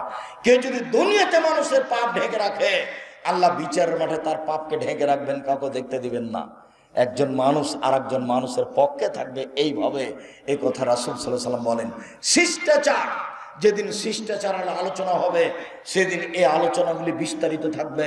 সম্মানিত দিনী ভাই বোন, বলছিলাম আল্লাহর নবী বললেন, ফাত্তাকু দুনিয়া ওয়াত্তাকু নিসা, পৃথিবীর মানুষ তোমরা দুনিয়া থেকে বেঁচে থাকো এবং নারী থেকে বেঁচে থাকো। নারী হচ্ছে পুরুষের জন্য সবচেয়ে বিপজ্জনক বস্তু। আব্দুল্লাহ ইবনে মাসউদ রাদিয়াল্লাহু তাআলা আনহু বলেন, রাসূল সাল্লাল্লাহু আলাইহি সাল্লাম বলেছেন, মা তারাকতু বাদি ফিতনাতান আজরাল রিজাল মিনান নিসায়ে, আমার জীবনে ছাড়িনি কোনো বস্তু যেটা পুরুষের জন্য বেশি বিপজ্জনক হতে পারে নারীদের চেয়ে। আমার জীবনে আমি ছাড়িনি কোনো বস্তু যেটা পুরুষের জন্য বেশি বিপজ্জনক হতে পারে নারীদের চেয়ে। আমার জীবনে আমি ছাড়িনি কোনো বস্তু যেটা পুরুষের জন্য বেশি বিপজ্জনক হতে পারে নারীদের চেয়ে। নারী হচ্ছে পুরুষের জন্য বেশি বিপজ্জনক বস্তু। এক মিনিট, এর বাস্তবতা দেখায়, এক মিনিট খেয়াল করবেন। আবু সাঈদ খুদরি রাদিয়াল্লাহু তাআলা আনহু বলেন, খারাজা রাসূলুল্লাহ সাল্লাল্লাহু আলাইহি ওয়াসাল্লাম ফিতর নওয়াজের আল মুসাল্লা, একদা আল্লাহর নবী ঈদুল ফিতরে অথবা ঈদুল আজহাতে বাড়ি থেকে বের হয়ে ঈদের মাঠে গেলেন। সুমাররা আল নিসায়ে, পুরুষের সামনে বক্তব্য দেওয়ার পরে মহিলাদের সামনে বক্তব্য দিতে গেলেন। তখন তিনি বলছেন, ইয়া মাশারা নিসায়ে তাসাদ্দাকনা ফাইন উরিতুকুন্না আকসার আহলিন নারে, শোনো মহিলার দলেরা, শোনো উপস্থিত মহিলারা, তোমরা দান করো, আমি তোমাদেরকে বেশিরভাগ জাহান্নামে দেখছি। জাহান্নাম বলতে নারী আর নারী, জাহান্নাম বলতে নারী আর নারী, আমি তোমাদেরকে বেশিরভাগ জাহান্নামে দেখছি। কুলনা অবিমা ইয়া রাসূলুল্লাহ, মদিনার মহিলারা বলল, আল্লাহর নবী কেন মহিলারা বেশি জাহান্নামে যাবে, তার কারণ কি? তখন আল্লাহ রাসূল তিনটা কথা বললেন। এই ছেলে, সিরিয়াল তুমি কথা ধরে রাখবা। এক, তুকসিরনাল লা'না, মহিলারা বেশি অভিশাপ করে। যখন তখন যে সেই কথার পিছনে লেগে যায়, ছোট কথার পিছনে লেগে যায়, বদনাম করে, এই সেই কথায় জড়িয়ে যায়, সেই কারণে ওরা বেশি জাহান্নামে যাবে। দুই, একফরনাশিরা, স্বামীকে মেনে চলে না, স্বামীকে মেনে চলে না, এই জন্য তারা বেশি জাহান্নামে যাবে। তিন, মারা আইতেমিন নাকাসা তাকলিন দ্বীনিন আযাবিল রাজুলিল হাজিম, আমি আমার জীবনে দেখিনি কোনো নারীকে তোমাদের চেয়ে কাউকে যে বুদ্ধিমানের বুদ্ধিকে নষ্ট করতে পারো। ও নারী জাতি, তোমরা এমন জাতি যে বুদ্ধিমানের বুদ্ধিকে নষ্ট করতে পারো। ও নারী জাতি, তোমরা এমন জাতি যে বুদ্ধিমানের বুদ্ধিকে নষ্ট করতে পারো। আমি দেখিনি কাউকে যে বুদ্ধিমানের বুদ্ধিকে নষ্ট করতে পারে তোমাদের চেয়ে কেউ। তোমরা এমন জাতি যে বুদ্ধিমানের বুদ্ধিকে নষ্ট করতে পারো। একবার যদি আপনার চোখের সামনে হেসে উঠে তাহলে আপনার বুদ্ধি অর্ধেক কমে যাবে। একবার গাড়িতে উঠে যদি একটু হেসে বলে যে ভাইয়া বসেন, তাহলে আপনি যতক্ষণ পর্যন্ত গাড়ি থেকে না নেমেছেন বা ও না নেমেছে ততক্ষণ পর্যন্ত কথা বলতে বন্ধ করতে পারবেন না। একটু পরে বলবেন তোমার নাম কি, একটু পরে বলবেন তুমি কোন ক্লাসে পড়ো, একটু পরে বলবেন তোমার বিবাহ শাদী হয়েছে কি না। তার মানে এক হাসি দিয়ে আপনাকে পাগল বানিয়েছে। এ কথা আমি বলিনি, এই কথা মোহাম্মদ সাল্লাল্লাহু আলাইহি ওয়াসাল্লাম বলছেন। উপস্থিত দিনী বৈঠকের দিনী বোন, আমি এই কথা বলে আপনার আমি অপমান করতে চাইনি। আব্দুল্লাহ ইবনে মাসউদ রাদিয়াল্লাহু তাআলা আনহু বলেন, পৃথিবীর মহিলা তোমরা শুনে রাখো, ইন্নাল মারাতা তুবল ফি সূরাতি শাইতান ওয়া তুদবার ফি সূরাতি শাইতান। নিশ্চয় মহিলারা শয়তানের বেশ ধরে আসে, নিশ্চয় মহিলারা শয়তানের বেশ ধরে যায়, নিশ্চয় মহিলারা শয়তানের বেশ ধরে আসে, নিশ্চয় মহিলারা শয়তানের বেশ ধরে যায়, নিশ্চয় মহিলারা শয়তানের বেশ ধরে আসে, নিশ্চয় মহিলারা শয়তানের বেশ ধরে যায়। আব্দুর রাজ্জাক সাহেব থামেন, আপনাকে অনেক ভালোবাসি, আপনার বক্তব্য শুনতে এসেছি। শয়তানের বেশ ধরে আসেনি, শয়তানের বেশ ধরে যেতে চাইনি। আপনাকে অনেক ভালোবাসি, খাটো করবেন না, অপমান করবেন না। আপনাকে খাটো করিনি, অপমানও করিনি, আপনাকে খাদিজার মতো মনে করি। আপনাকে খাটো করব কেন? আমাদের নবীকে এই যে এ দেখেন খাদিজা আসছে, এ দেখেন ওর হাতে একটা বাটি আছে, বাটিতে তরকারি আছে, খাদ্য আছে। শোনেন ভাইজা আয়তাতে লাইকা, ও যখন আপনার পাশে চলে আসবে তখন আপনি তাকে বলবেন, খাদিজা ফাকরা আলাইহা আলাইকা সালাম মিন রাব্বিহা আলাইহা সালাম মিন রাব্বিহা মিন্নি। খাদিজা তোমাকে আল্লাহ সালাম দিয়েছেন, তোমাকে জিবরাইল সালাম দিয়েছেন। এই জন্য পৃথিবীতে সবচেয়ে দামি মহিলা খাদিজা। আয়েশার চেয়েও দামি, আসিয়ার চেয়েও দামি, মারিয়ামের চেয়েও দামি। মারিয়াম যেখানে থাকতেন সেখানে আল্লাহর পক্ষ থেকে রুজি আসত। মারিয়ামের খালু ওখানে গেছে, খালু গিয়ে বলছেন, মারিয়াম এই যে অসময়ের ফল, শীতের দিনে রাজশাহীর ফজলি আম, ওখানে কিন্তু রাজশাহীর ফজলি আম নেই, ও কথা আবার ধরবেন না।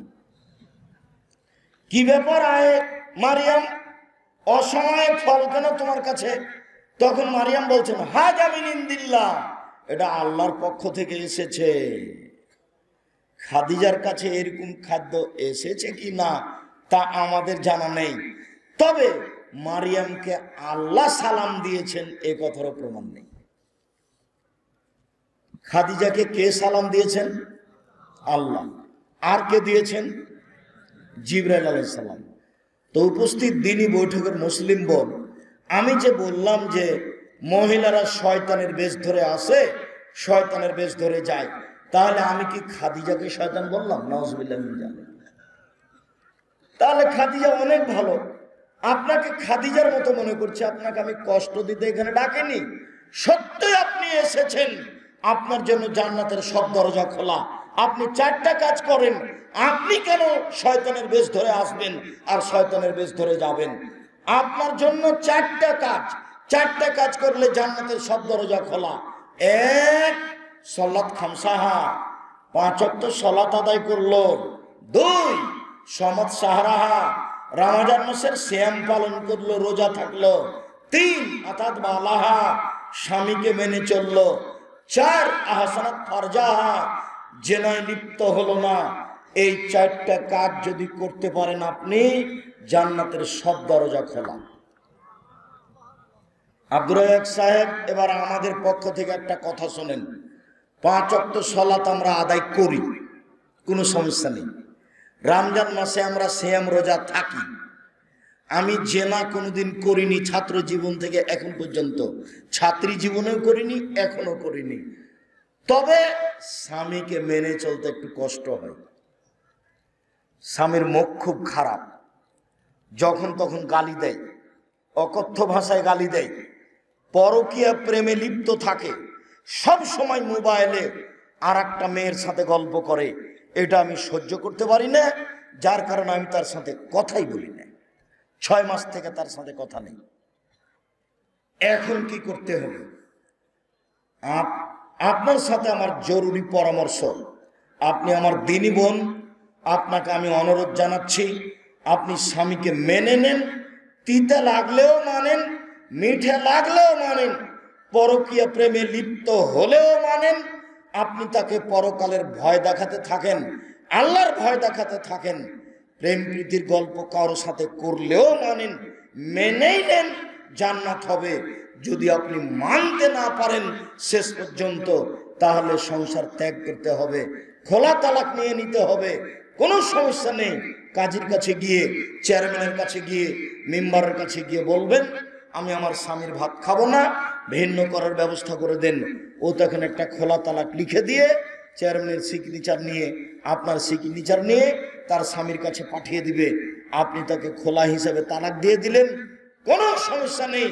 আপনি 100 স্বাধীন। 30 দিন পরে আপনি বিবাহ বসেন। মনে রাখবেন, স্বামী যদি তালাক দেয় তাহলে বিবাহ বসতে পাবেন না 90 দিন। আর যদি আপনি নিজে নিজে তালাক নেন, যার নাম খোলা তালাক, তাহলে আপনি বিবাহ বসতে পাবেন না 30 দিন। কথা বোঝা গেল না? যে যদি স্বামী তালাক দেয় তাহলে স্ত্রী বিবাহ বসতে কতদিন পাবে না? 90 দিন। যদি স্ত্রী নিজে নিজে তালাক নেয়, খোলা তালাক, তাহলে বিবাহ কতদিন বসতে পাবে না? 30 দিন, যার নাম খোলা তালাক। 30 দিন পরে আপনি অন্য জায়গায় বিবাহ বসেন। আপনাকে আমি বারংবার বলছি, আপনি আমার দিনী বোন, আপনার স্বামী 1 গ্লাস পানি চাইলো, আপনি নানান অজুহাতে তার সাথে কথা বলেন না। 1 গ্লাস পানি নিয়ে আসলেও সামনে থ্যাকস করে রেখে দিয়ে ওইদিকে চলে যান। এই জীবন চলবে না। আপনাকে আমি অনুরোধ জানাচ্ছি, আপনি মেনে নেন, জান্নাত হবে ইনশাআল্লাহ। আর আপনি বলতে থাকেন সে ফিরে আসবে। 4টা কাজ করলে জান্নাতের সব দরজা খোলা। 1, 5 ওয়াক্ত সালাত। 2, রমজান মাসের সিয়াম। 3, স্বামীকে মেনে চলা। 4, জেনায় লিপ্ত না হওয়া। আব্দুর রাজ্জাক সাহেব, 1, 5 ওয়াক্ত সালাত আদায় করি। 2, রমজান মাসে সিয়াম থাকি। 3, স্বামীকে মেনে চলি। দুইজনের সাথে ভালোবাসা ভালোই আছে, কোনো সমস্যা নেই। 4, ছাত্রী জীবনে জেনা হয়েছিল, কি করা যায়, এখন খুব খারাপ লাগে, কান্নাকাটি করি, মনে খুব কষ্ট পাই, কি করা যায়? তাহলে কি আমাদের জন্য জান্নাত খোলা নেই? কে বলছে খোলা নেই? অবশ্যই খোলা আছে। শুধু খোলা কেন, আপনি যদি তোবা করতে পারেন, জেনা বন্ধ করতে পারেন, অশ্লীল কাজ করতে বন্ধ করতে পারেন, তাহলে পৃথিবীতে যে কোনো বিপদ থেকে বেঁচে যাবেন, যে কোনো বিপদ থেকে বেঁচে যাবেন। প্রমাণ ওই যে মনে আছে, ওই যে যখন তখন বলে থাকে, ওই যে 3 জন লোক রাস্তায় হাঁটছিল, হাঁটতে হাঁটতে বৃষ্টি আসলো, তখন তারা একটা পাহাড়ের গর্তে ঢুকে গেল।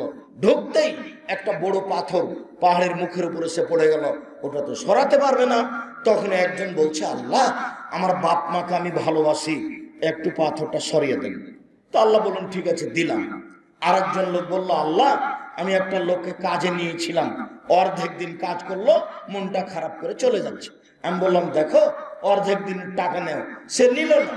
আমি তার টাকা দিয়ে গরু ছাগল করলাম অনেক দিন পরে এসে বলছে আমাকে অর্ধেক দিনের টাকা দেন। আমি বললাম গরু ছাগল নিয়ে যাও। আমাকে বলছে মজাক করবেন না, অর্ধেক দিনের টাকা দেন। আমি বললাম তোমার সাথে মজাক করিনি, তুমি অর্ধেক দিনেরটা সব নিয়ে যাও। সব নিয়ে চলে গেল। যদি তোমাকে সন্তুষ্ট করার জন্য করে থাকে, পাথরটা সরিয়ে দাও। তো আল্লাহ বললেন দিলাম। তৃতীয় জন বলল, আল্লাহ, আমার একটা চাচাতো বোন ছিল, খুব সুন্দরী, আমি তার সাথে জেনা করতে চেয়েছিলাম, আমি গরিব মানুষ, দেখেও বলেছিল 100টা স্বর্ণ মুদ্রা জমা করতে পারলে আমি তোর সাথে এই অন্যায় রাজি আছি। আমি হাড় ভাঙা পরিশ্রম করে 100টা স্বর্ণ মুদ্রা তার হাতে দিয়ে জেনা করতে বসেছি। তখন আমাকে বলছে, আব্দুল্লাহ ইত্তাকিল্লাহ, এ আল্লাহর বান্দা, আল্লাহকে ভয় কর, তুই আমাকে অসতী প্রমাণ করিস না। ফাকুম তানহা, আমি ওখান থেকে উঠে গেছি, জেনা করিনি। যদি তোমার ভয় করে থাকি, পাথরটা সরিয়ে দাও। আল্লাহ বললেন ঠিক আছে, দিলাম। আপনি যদি অশ্লীল কাজ বন্ধ করতে পারেন, পৃথিবীর যে কোনো বিপদ থেকে বেঁচে যাবেন। এ দেখেন বুখারী মুসলিম হাদিস। আমি আপনাকে এখানে আর একটা কথা বলেছি, এই ছেলে তোমাকে বলেছি, এই মেয়ে শোনো, তোমাকে বলেছি, তোমার মোবাইল থেকে ছেলেটার নাম্বারটা হারিয়ে যাবে। আর তোমাকে বলেছি, তোমার মোবাইল থেকে মেয়েটার নাম্বার হারিয়ে যাবে। কিভাবে হারাবে? তুমি বলবা আল্লাহ মারিয়াম যেমন বলেছিল। মারিয়াম কি বলেছিল? মারিয়াম বলেছিল, যখন জিবরাইল এসে বললেন মারিয়াম আপনার একটা সন্তান হবে, তখন মারিয়াম বললেন বলেন কি? আমি ব্যভিচারিণী নই, আমার বিবাহ হয়নি, সন্তান কি করে হতে পারে? আমি ব্যভিচারিণী নই, আমার বিবাহ হয়নি, সন্তান কি করে হতে পারে? শেষ পর্যন্ত হয়ে গেল। যখন সন্তান হয়ে গেল তখন আমি আল্লাহকে বললাম, আল্লাহ কুনতু নাসিয়া মানসিয়া, আমি এমন ভাবে পৃথিবীতে হারিয়ে যেতাম কেউ না জানতো যে মারিয়াম কেটা, আমার নামটা কেউ না জানতো, আমি এভাবে হারিয়ে যেতে চাই। হায় হায় রে, নাউজুবিল্লাহ, আমি কি দিয়ে বুঝাবো জাতিকে? জাতি যখন বলবে তুমি সন্তান কোথায় পেলে? তুমি তো মসজিদে থাকো, বাইতুল মুকাদ্দাসে থাকো, তখন কখন তুমি জেনা করলে? তুমি তো খারাপ মেয়ে। আমি জাতিকে কি দিয়ে বুঝাবো? আমি বুঝাতে পারবো না, আমি জাতির সামনেই থাকবো না। আমি কুনতু নাসিয়া মানসিয়া, আমি একবারে জাতির কাছ থেকে হারিয়ে যেতে চাই, কেউ জানবে না, কারো মনে থাকবে না মারিয়াম কেটা, আমাকে এরকম করে দাও। তো আল্লাহ পাল্টা করে দিলেন, এমন করে দিলেন যে সবার মুখে ভালো, তাই না? উনি যেটা বলেছিলেন তার উল্টাটা হয়ে গেল। যখন সন্তান প্রসব হলো তখন উনি কি বলেছিলেন? আমি জাতির কাছ থেকে কি হয়ে যেতে চাই? নাসিয়া মানসিয়া, মানে আমি যে মারিয়াম এটা যেন কারো জানা না থাকে, কেউ জানবে না পৃথিবীতে।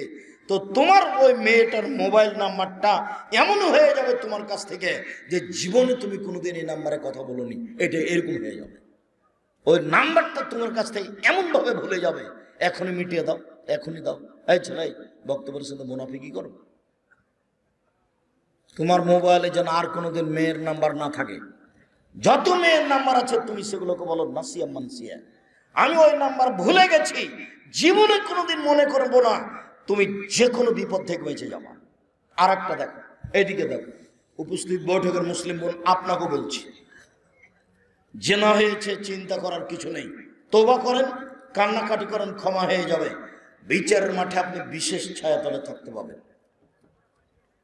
ওই যে 7 শ্রেণীর মানুষ বিশেষ ছায়াতলে থাকবে, তার এক শ্রেণীর মানুষ কোন সম্ভ্রান্ত পরিবারের মেয়ে জেনার কথা বলল, তখন লোকটি বলল ইন্নী আখাফুল্লাহ, আমি আল্লাহকে ভয় করি, আমি জেনাতে রাজি নই।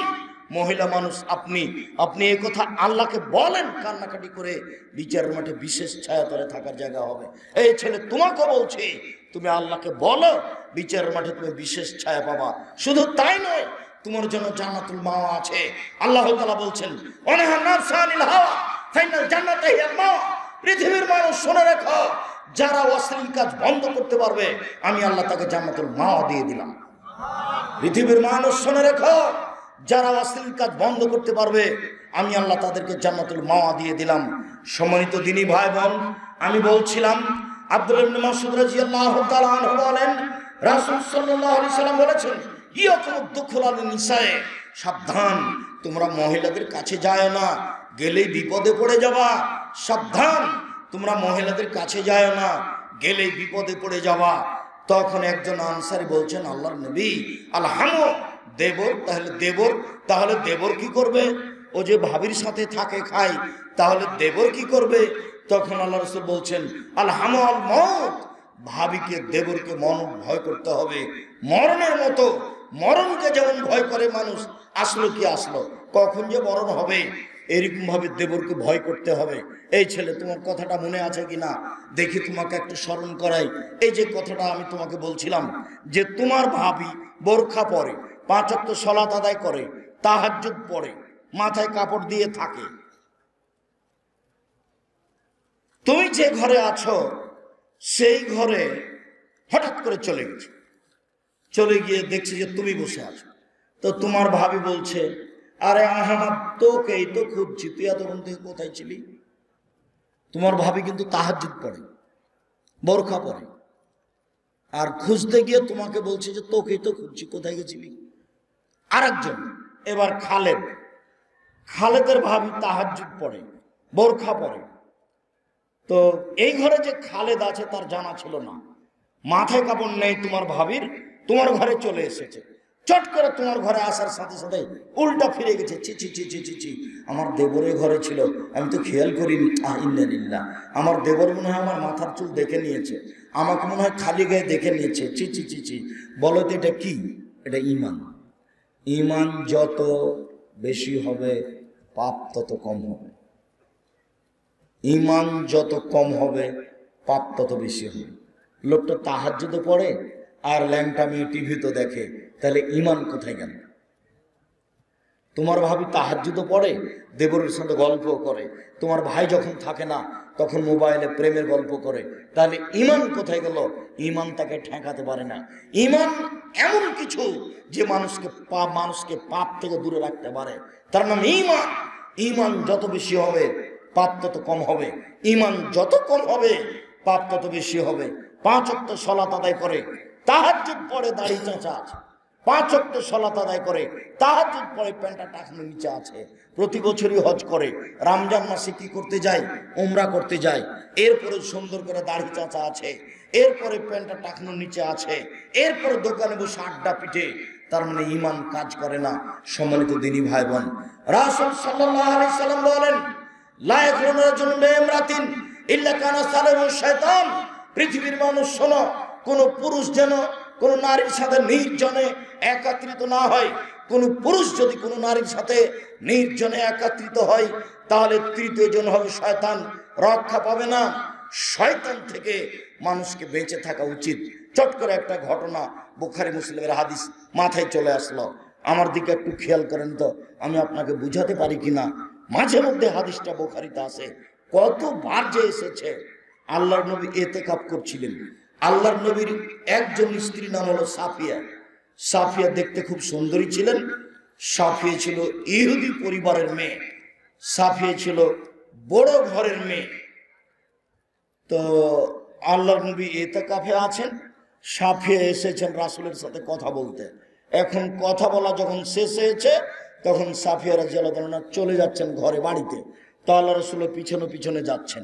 যখন বাহির দরজায় গেছেন তখন 2 জন মানুষ ওখানে উপস্থিত। তখন চট করে আল্লাহ রাসূল বলছেন, এই শোনো শোনো, তোমরা থামো। এই মহিলা হচ্ছে আমার স্ত্রী সাফিয়া। বলো তো যুবক, আল্লাহর নবী এই কথাটা বললেন কেন? তুমি বুঝতে পারোনি? আবার খেয়াল করো। এই ছেলে, কারো গায়ে হাত দিয়ে বসে আছো নাকি? রেডি হও, প্রস্তুত হও, কথা ভালো করে বুঝো তো।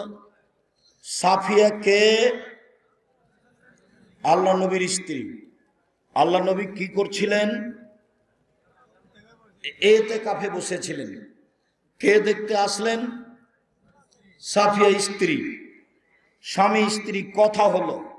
এখন স্ত্রী চলে যাচ্ছেন, স্বামী পিছে পিছে হাঁটছেন। যখন মসজিদের বাহির দরজায় গেছেন তখন 2 জন মানুষ ওখানে। তো চট করে আল্লাহ রাসূল বলছেন, এই থামো, তোমরা 2 জন থামো, এই তোমরা 2 জন থামো, ইনি আমার স্ত্রী। বলো তো এটা কি?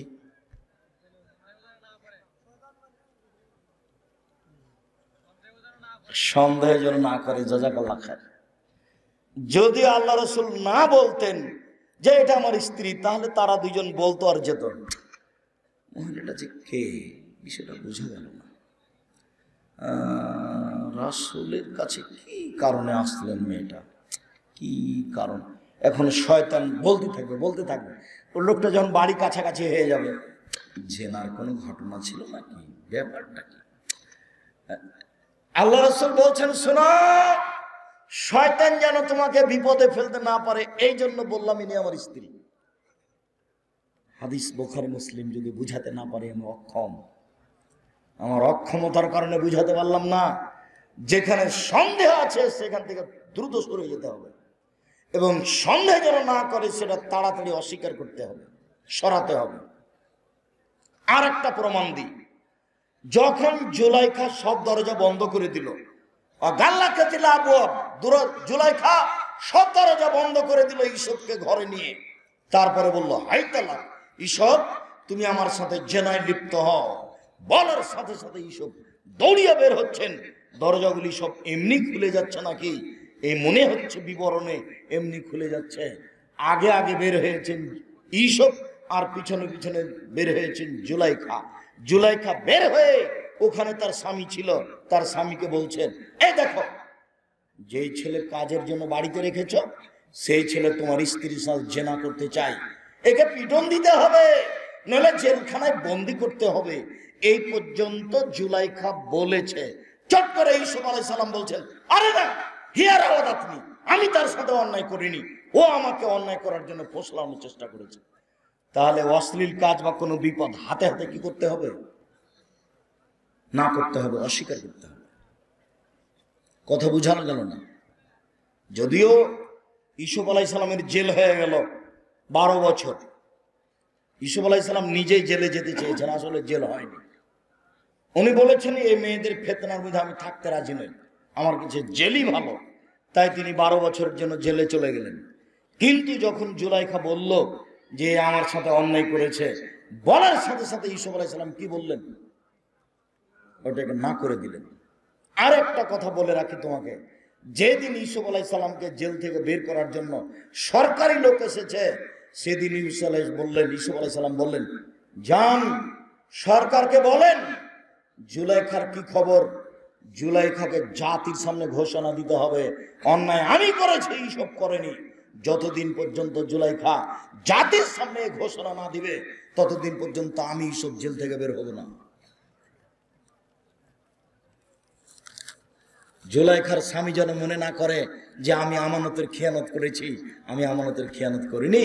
সম্মানিত দিনী বোন, আপনাকে আমরা সম্মান করতে চাই, আপনি পরহেজগার হওয়ার চেষ্টা করেন, তাকওয়াশীল হওয়ার চেষ্টা করেন, আল্লাহকে ভালোবাসেন, আল্লাহকে ভয় করেন, নবীকে ভালোবাসেন। সম্মানিত দিনী ভাই বোন, আমি আপনাদের কথার শেষে এসে আবার 4টা কথা ঘোরাচ্ছি। 4 শ্রেণীর মানুষের কবরের শাস্তি হয় না, মনে রাখতে হবে। 1, জুমার দিন মারা গেলে কবরের শাস্তি হয় না। 2, পেট ব্যথায় মারা গেলে কবরের শাস্তি হয় না। 3, শহীদ হলে কবরের শাস্তি হয় না। 4, সূরা মুলক রাতে পড়লে কবরের শাস্তি হয় না। প্রতিদিনের কথা আপনাকে মনে রাখতে হবে। উপরের 3টা আপনি সামলাতে পারবেন না। শুক্রবারে মরণ হবে কিনা তা আপনি জানেন না, পেট ব্যথায় মারা যাবে, কোন ব্যথায় যে মরলাম তা ঠিক বলতে পারি না। তারপরে শহীদ আমি কি না তা বলতে পারছি না, এদেশের মাটিতে সবাই শহীদ। 4, সূরা মুলক পড়া সহজ, সবাই সূরা মুলক পড়তে পারে। আপনি রাতে সূরা 30 আয়াতের মুলক পড়ার চেষ্টা করেন, কবরের শাস্তি হবে না। নসিহত 4, 1, 5 ওয়াক্ত সালাত, 2, হালাল রুজি, 3, কোরআন তেলাওয়াত অন্তত সূরা ইখলাস, 4, আড্ডা না পিটা, যেখানে 2 জন বসে আছে সেখানে বসবেন না। এরপরে অনুরোধ জানাচ্ছি, বহু মানুষ দূর দূরান্ত থেকে এসেছেন, আন্তরিকভাবে আমি আব্দুর রাজ্জাক বিন ইউসুফ আপনাদের শুকরিয়া আদায় করি। জানা আছে এইখানে একটা মাদ্রাসা গড়তে যাচ্ছে, এই মাদ্রাসাকে যথাযথভাবে মূল্যায়ন করতে হবে, অর্থ সম্পদ সহযোগিতা করে দিয়ে। তারপরে 22-23 ডিসেম্বর জামিয়া সালাফিয়া ডাঙ্গিপাড়া পাবা রাজশাহী, 26 বিঘা জমির উপরে অবস্থান করে এই প্রতিষ্ঠান। 3রা ফেব্রুয়ারি জামিয়া সালাফিয়া তেঘরা বিরল দিনাজপুর, মার্চের 2-3 জামিয়া সালাফিয়া হাটাবো বীরহাটাবো রূপগঞ্জ নারায়ণগঞ্জ ঢাকা। এইসব প্রতিষ্ঠানে উপস্থিত হওয়ার জন্য সম্মেলনে অনুরোধ জানাচ্ছি। সাথে সাথে আজকের জন্য বই পুস্তক আছে অনেক, কেউ খালি যাবেন না। উপদেশ হোক, আব্দুল্লাহর মিন্নাতুল বারী হোক, ব্যতিক্রম বই বুখারীর ব্যাখ্যা মিন্নাতুল বারী, ব্যতিক্রম বই তাওজিহুল কোরআন যেটা তাফসীর, এছাড়াও কে বড় লাভবান কে বড় ক্ষতিগ্রস্ত, আর দুয়ার বই, যাতে 24টা স্থান আছে হাত তুলে দোয়া করার, আর 32টা হাদিস দেওয়া আছে ধারাবাহিক হাত তুলে দোয়া করার। আমি আপনাদেরকে বইগুলি স্টেজ থেকে সংগ্রহ করার অনুরোধ জানাচ্ছি। বিশেষভাবে মাসিক আল ইতিসাম পত্রিকা 50টা প্রশ্নের উত্তর আছে, কেউ আপনার মাসিক আল ইতিসাম পত্রিকা ছাড়া যাবেন না, আমাদের পক্ষ থেকে বিনীত অনুরোধ।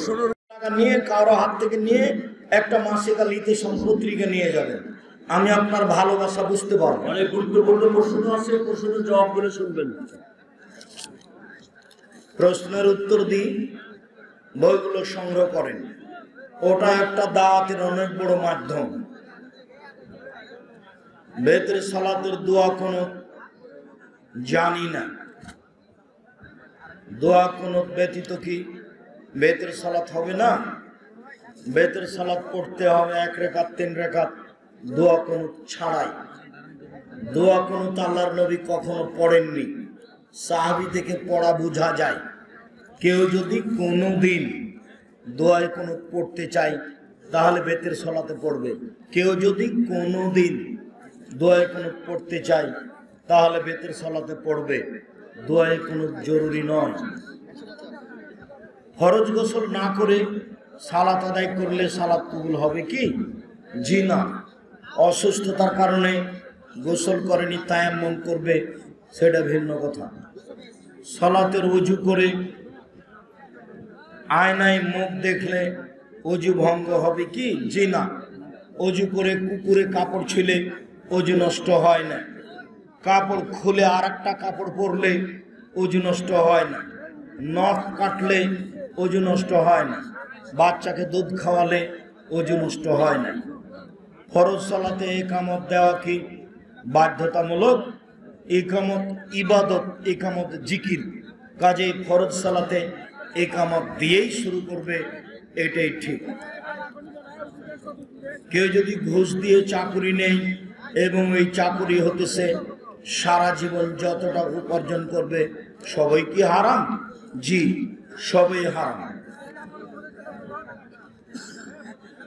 আমাদের মসজিদের মুয়াজ্জিন বিড়ি ও সিগারেট জাতীয় নেশা করে, এমন মুয়াজ্জিন রাখতে হবে না। পরিবর্তন করেন। যতদিন আছে আপনার নামাজ হবে, তার হবে না। আপনি আপনার সালাত নিয়ে দুশ্চিন্তা ভোগ করিয়েন না। মুসল্লি নামাজের মধ্যে রুকুতে ও সালাতে দৃষ্টি কোথায় রাখবে?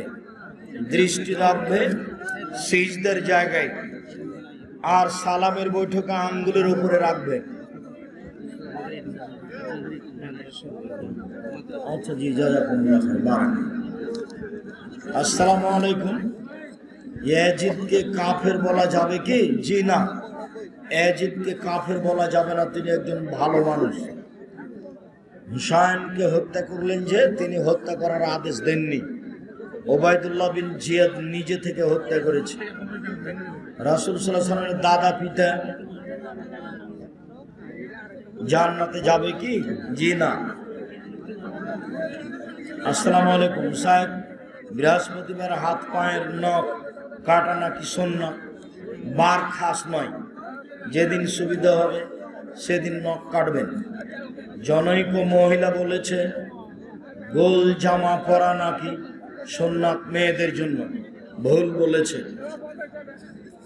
সাহেব,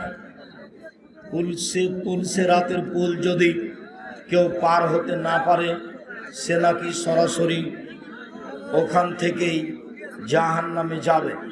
জি, যাবে। মোনাজাতের সময় অনেকে দু হাতের মাঝে ফাঁকা রাখে, রাখতেও পারে, জমাও করতে পারে, স্পষ্ট কিছু বলা হয়নি। স্বাভাবিক চাওয়া এই পর্যন্ত কাঁধ বরাবর হাত, আর যখন খুব বেশি করে চাওয়া এখনই দিতে হবে, তখন হাত উপরে মাথার উপরে উঠাবেন। এমনও হতে পারে, এমনও হতে পারে। সাহেব, বর্তমানে এই ফিতনার যুগে বিয়ের বয়স কত বছরে উপযুক্ত, বা কত বছর বয়সে বিয়ে করানো উচিত? 18 বছর ছেলে আর 14 বছর মেয়ে, এর মাঝামাঝিতে এরকম বয়সে হওয়া উচিত। অজু করার পর আয়না দেখলে কি অজু ভেঙে যাবে? স্বামী মারা গেলে স্ত্রীর নাকের ফুল খোলা শিরক, যা আছে তাই থাকবে, খুলতেও হবে না, পড়তেও হবে না 4 মাস 10 দিন। খুলতেও হবে না, পড়তেও হবে না নতুন কিছু 4 মাস 10 দিন। ইতিকাফে বসার পর কি গোসল করা যাবে? যাবে তো অবশ্যই। নতুন মসজিদ প্রতিষ্ঠার সঙ্গে জায়েজ বা না জায়েজ এর কোনো সম্পর্ক আছে কি? মায়ের পায়ের নিচে সন্তানের বেহেশত, হাদিস ঠিক। মায়ের পায়ের নিচে জান্নাত, এ কথাই ঠিক। মায়ের দিকে সুনজরে তাকালে কবুল হজের সমান নেকি হবে, এ কথা ঠিক নয়। সালাতের শুরুতে নিয়ত পড়া বেদাত, জি বিদাত, মনে মনে নিয়ত করব। শায়েখ আপনি বলেছেন যে জিনিসের বেশি খেলে মস্তিষ্ক বিকৃত হয়, সে জিনিসের অল্প হারাম। তবে হোমিও ওষুধ সেবন করা জায়েজ হবে কি? বলা হয়েছে যখন অন্য পদার্থের সাথে মিশিয়ে দেওয়া হয় তখন সে মৌলিক ক্ষমতা রাখে না, যার কারণে জায়েজ বলা হয়েছে, যদিও আপত্তি থেকে খালি নেই। শায়েখ দাজ্জালের ফিতনা হতে বাঁচার জন্য কি আমল করতে হবে? প্রত্যেক দিন সকালে সূরা কাহাফের প্রথম 10 আয়াত। বলো তো কি বললাম? প্রত্যেক দিন সকালে সূরা কাহাফের প্রথম 10 আয়াত। শায়েখ ভিতর সালাতের দোয়া কোন বাধ্যতামূলক কি? জি না। প্রিয় শায়েখ, গার্মেন্টস ফ্যাক্টরিগুলোতে কাজ করা হালাল কি? না করাই ভালো। তুমি ভালো বুঝো কি হয়, কেন হয়, কিভাবে হয়। এজমা কিয়াস কি? কিছুই না। এজমা কিয়াস বলে দুনিয়াতে কিছু নেই, কোরআন এবং সহিহ হাদিস। ইজমাও লাগে না, কিয়াসও লাগে না। আমি 26 বছর থেকে হাত দিয়ে ফতোয়া লিখছি, এমন কোনো ফতোয়া 26 বছরে আসেনি যে ফতোয়ার উত্তর আমরা দিতে পারবো না, এরকম পরিবেশ আমার 26 বছরে ঘটেনি। আমি অনেক আহলে হাদিস মসজিদে দেখেছি যে অনেক মুসল্লি রুকু করার পর সেজদা যাওয়ার আগ পর্যন্ত হাত তুলে রাখে। তুলেও রাখতে হবে না, বুকেও বাঁধতে হবে না, ছেড়ে দিতে হবে। শায়েখ কোনো আলেম বা মুহাদ্দিসকে হুজুর বলে ডাকা যাবে? যাবে। হুজুর মানে সম্মানী ব্যক্তি। আল্লাহর নবীকে হুজুর বলা যাবে না, আল্লাহ নবীকে বলতে হবে আল্লাহ রাসূল। শায়েখ অনেকে বলে পাথরের চুন খাওয়া হারাম না। চুন হারাম নয়, ওতে নেশা হয় না। ব্যাংক থেকে প্রাপ্ত মুনাফা কি মসজিদে দান করা যাবে? জি না, যাবে না। জেনা প্রমাণ করতে 4টি সাক্ষী লাগে। যে ছেলে মেয়ে জেনা করে তারা সাক্ষী রাখে না, কিন্তু সন্তান গর্ভধারণ হলে জেনা কিভাবে প্রমাণ হবে? প্রমাণ নাই তো নেই।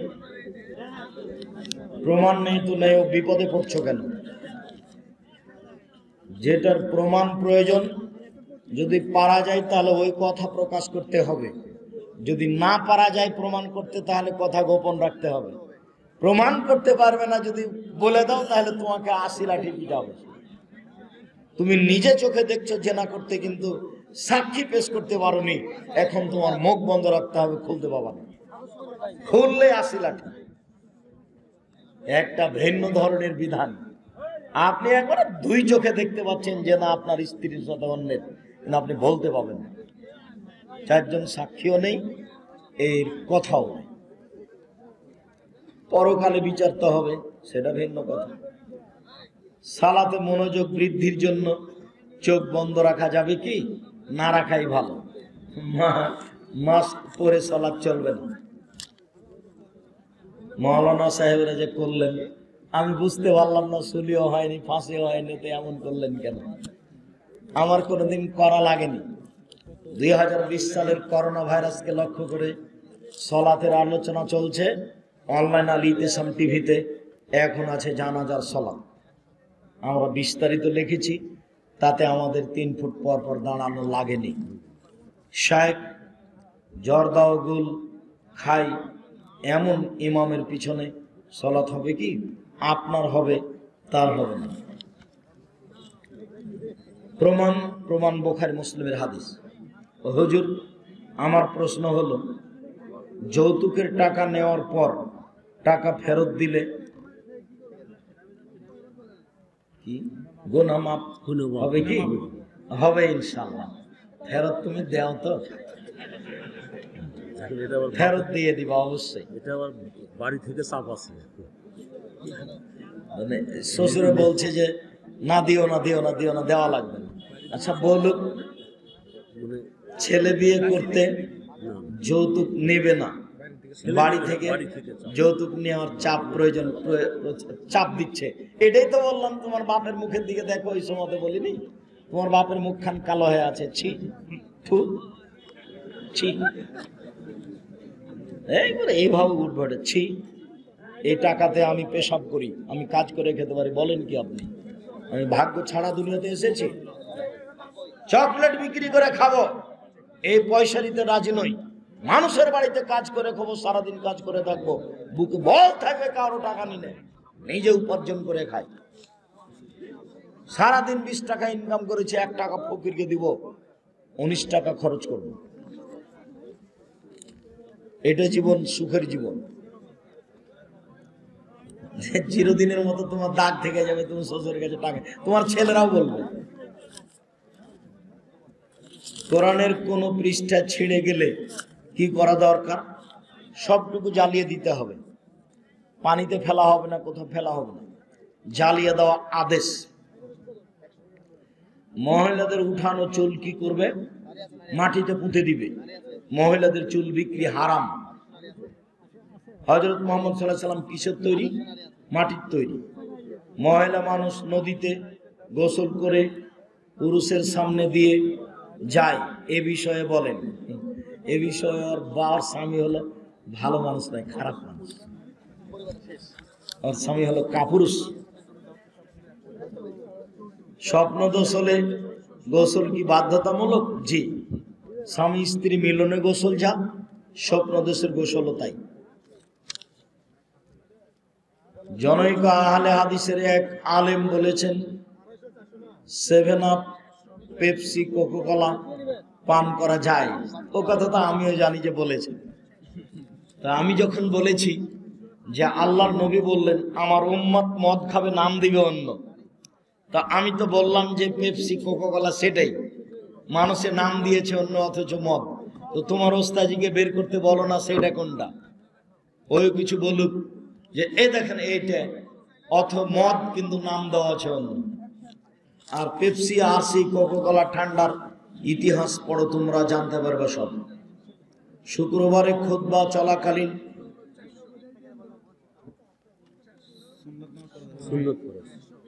সুন্নত নামাজ আদায় করা যাবে কি? জি। খুতবা চলাকালীন 2 রাকাত পড়তে হবে, বাধ্য, পড়তেই হবে। সিগারেটের ব্যবসা কি হারাম? জি। পোশাকের দোকানে স্মৃতি সাজিয়ে, মূর্তি সাজিয়ে রেখে ব্যবসা করলে সে ব্যবসা হারাম হবে? জি।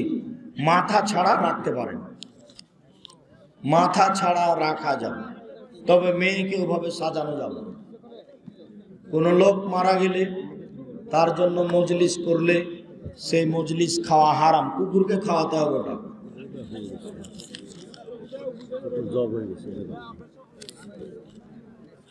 সুদ খায়, হারাম খাবার খায়, অন্যের হক নষ্ট করে, তার পিছনে নামাজ হবে? আপনার হবে, তার হবে না। যে কোনো ধরনের পরিহিত কাপড় 3 বার না ধুলে পবিত্র হয় না, কথাটি মিথ্যে।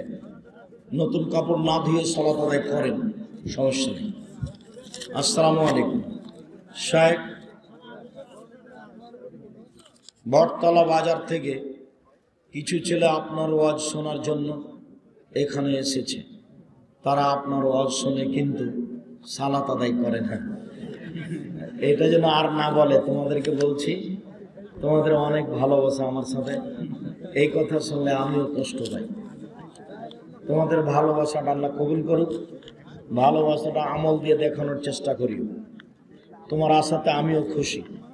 আল্লাহর অনেক শুকরিয়া আদায় করে আলহামদুলিল্লাহ। কোনো জায়গাতে গেলে নারী পুরুষ সবাই একেবারে সব কর্ম ছেড়ে চলে আসে। আল্লাহ যেন এটাকে কবুল করেন, আল্লাহুম্মা আমিন। আমার মা জেনা করেছে, আমি দেখেছি। এখন কি করতে পারি? তুমি তোমার মাকে যদি কিছু বলে থাকো বলো, আর যদি না বলে থাকো তো এইভাবে বলো, আম্মা এর জন্য পরকাল খুব ভয়াবহ, জাহান্নাম, অতএব আপনি এ থেকে বেঁচে থাকেন, আপনি আল্লাহর কাছে কান্নাকাটি করেন, আমরাও আপনার জন্য আল্লাহর কাছে ক্ষমা চাই। এভাবে বলতে থাকেন। তোমার কথাটাতে খুব কষ্ট পেলাম, আল্লাহ তোমার মাকে মাফ করুন। আমাদের গ্রামে নারী পুরুষ উভয় গোসল করে। অধিকাংশ আলেম বা আজকের পর থেকে তোমার মা আর নদীতে যাবে না ইনশাল্লাহ। দেখো দেখো তো কি হয়, তোমার মা আর আজ থেকে যাবে না নদীতে। বাড়িতে টিউবওয়েলের ব্যবস্থা করে দিও। অধিকাংশ আলেম বা বক্তাগণ শুধুমাত্র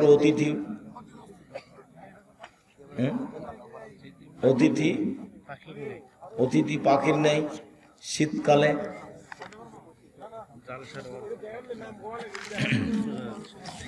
শুক্রিয়া, জাযাকুমুল্লাহ খায়র। আমার দিনী ভাই বোন, আপনাদের জন্য আমি আন্তরিকভাবে দোয়া করি। আপনাদের যারা মারা গেছে তাদের আল্লাহ কবরের শাস্তি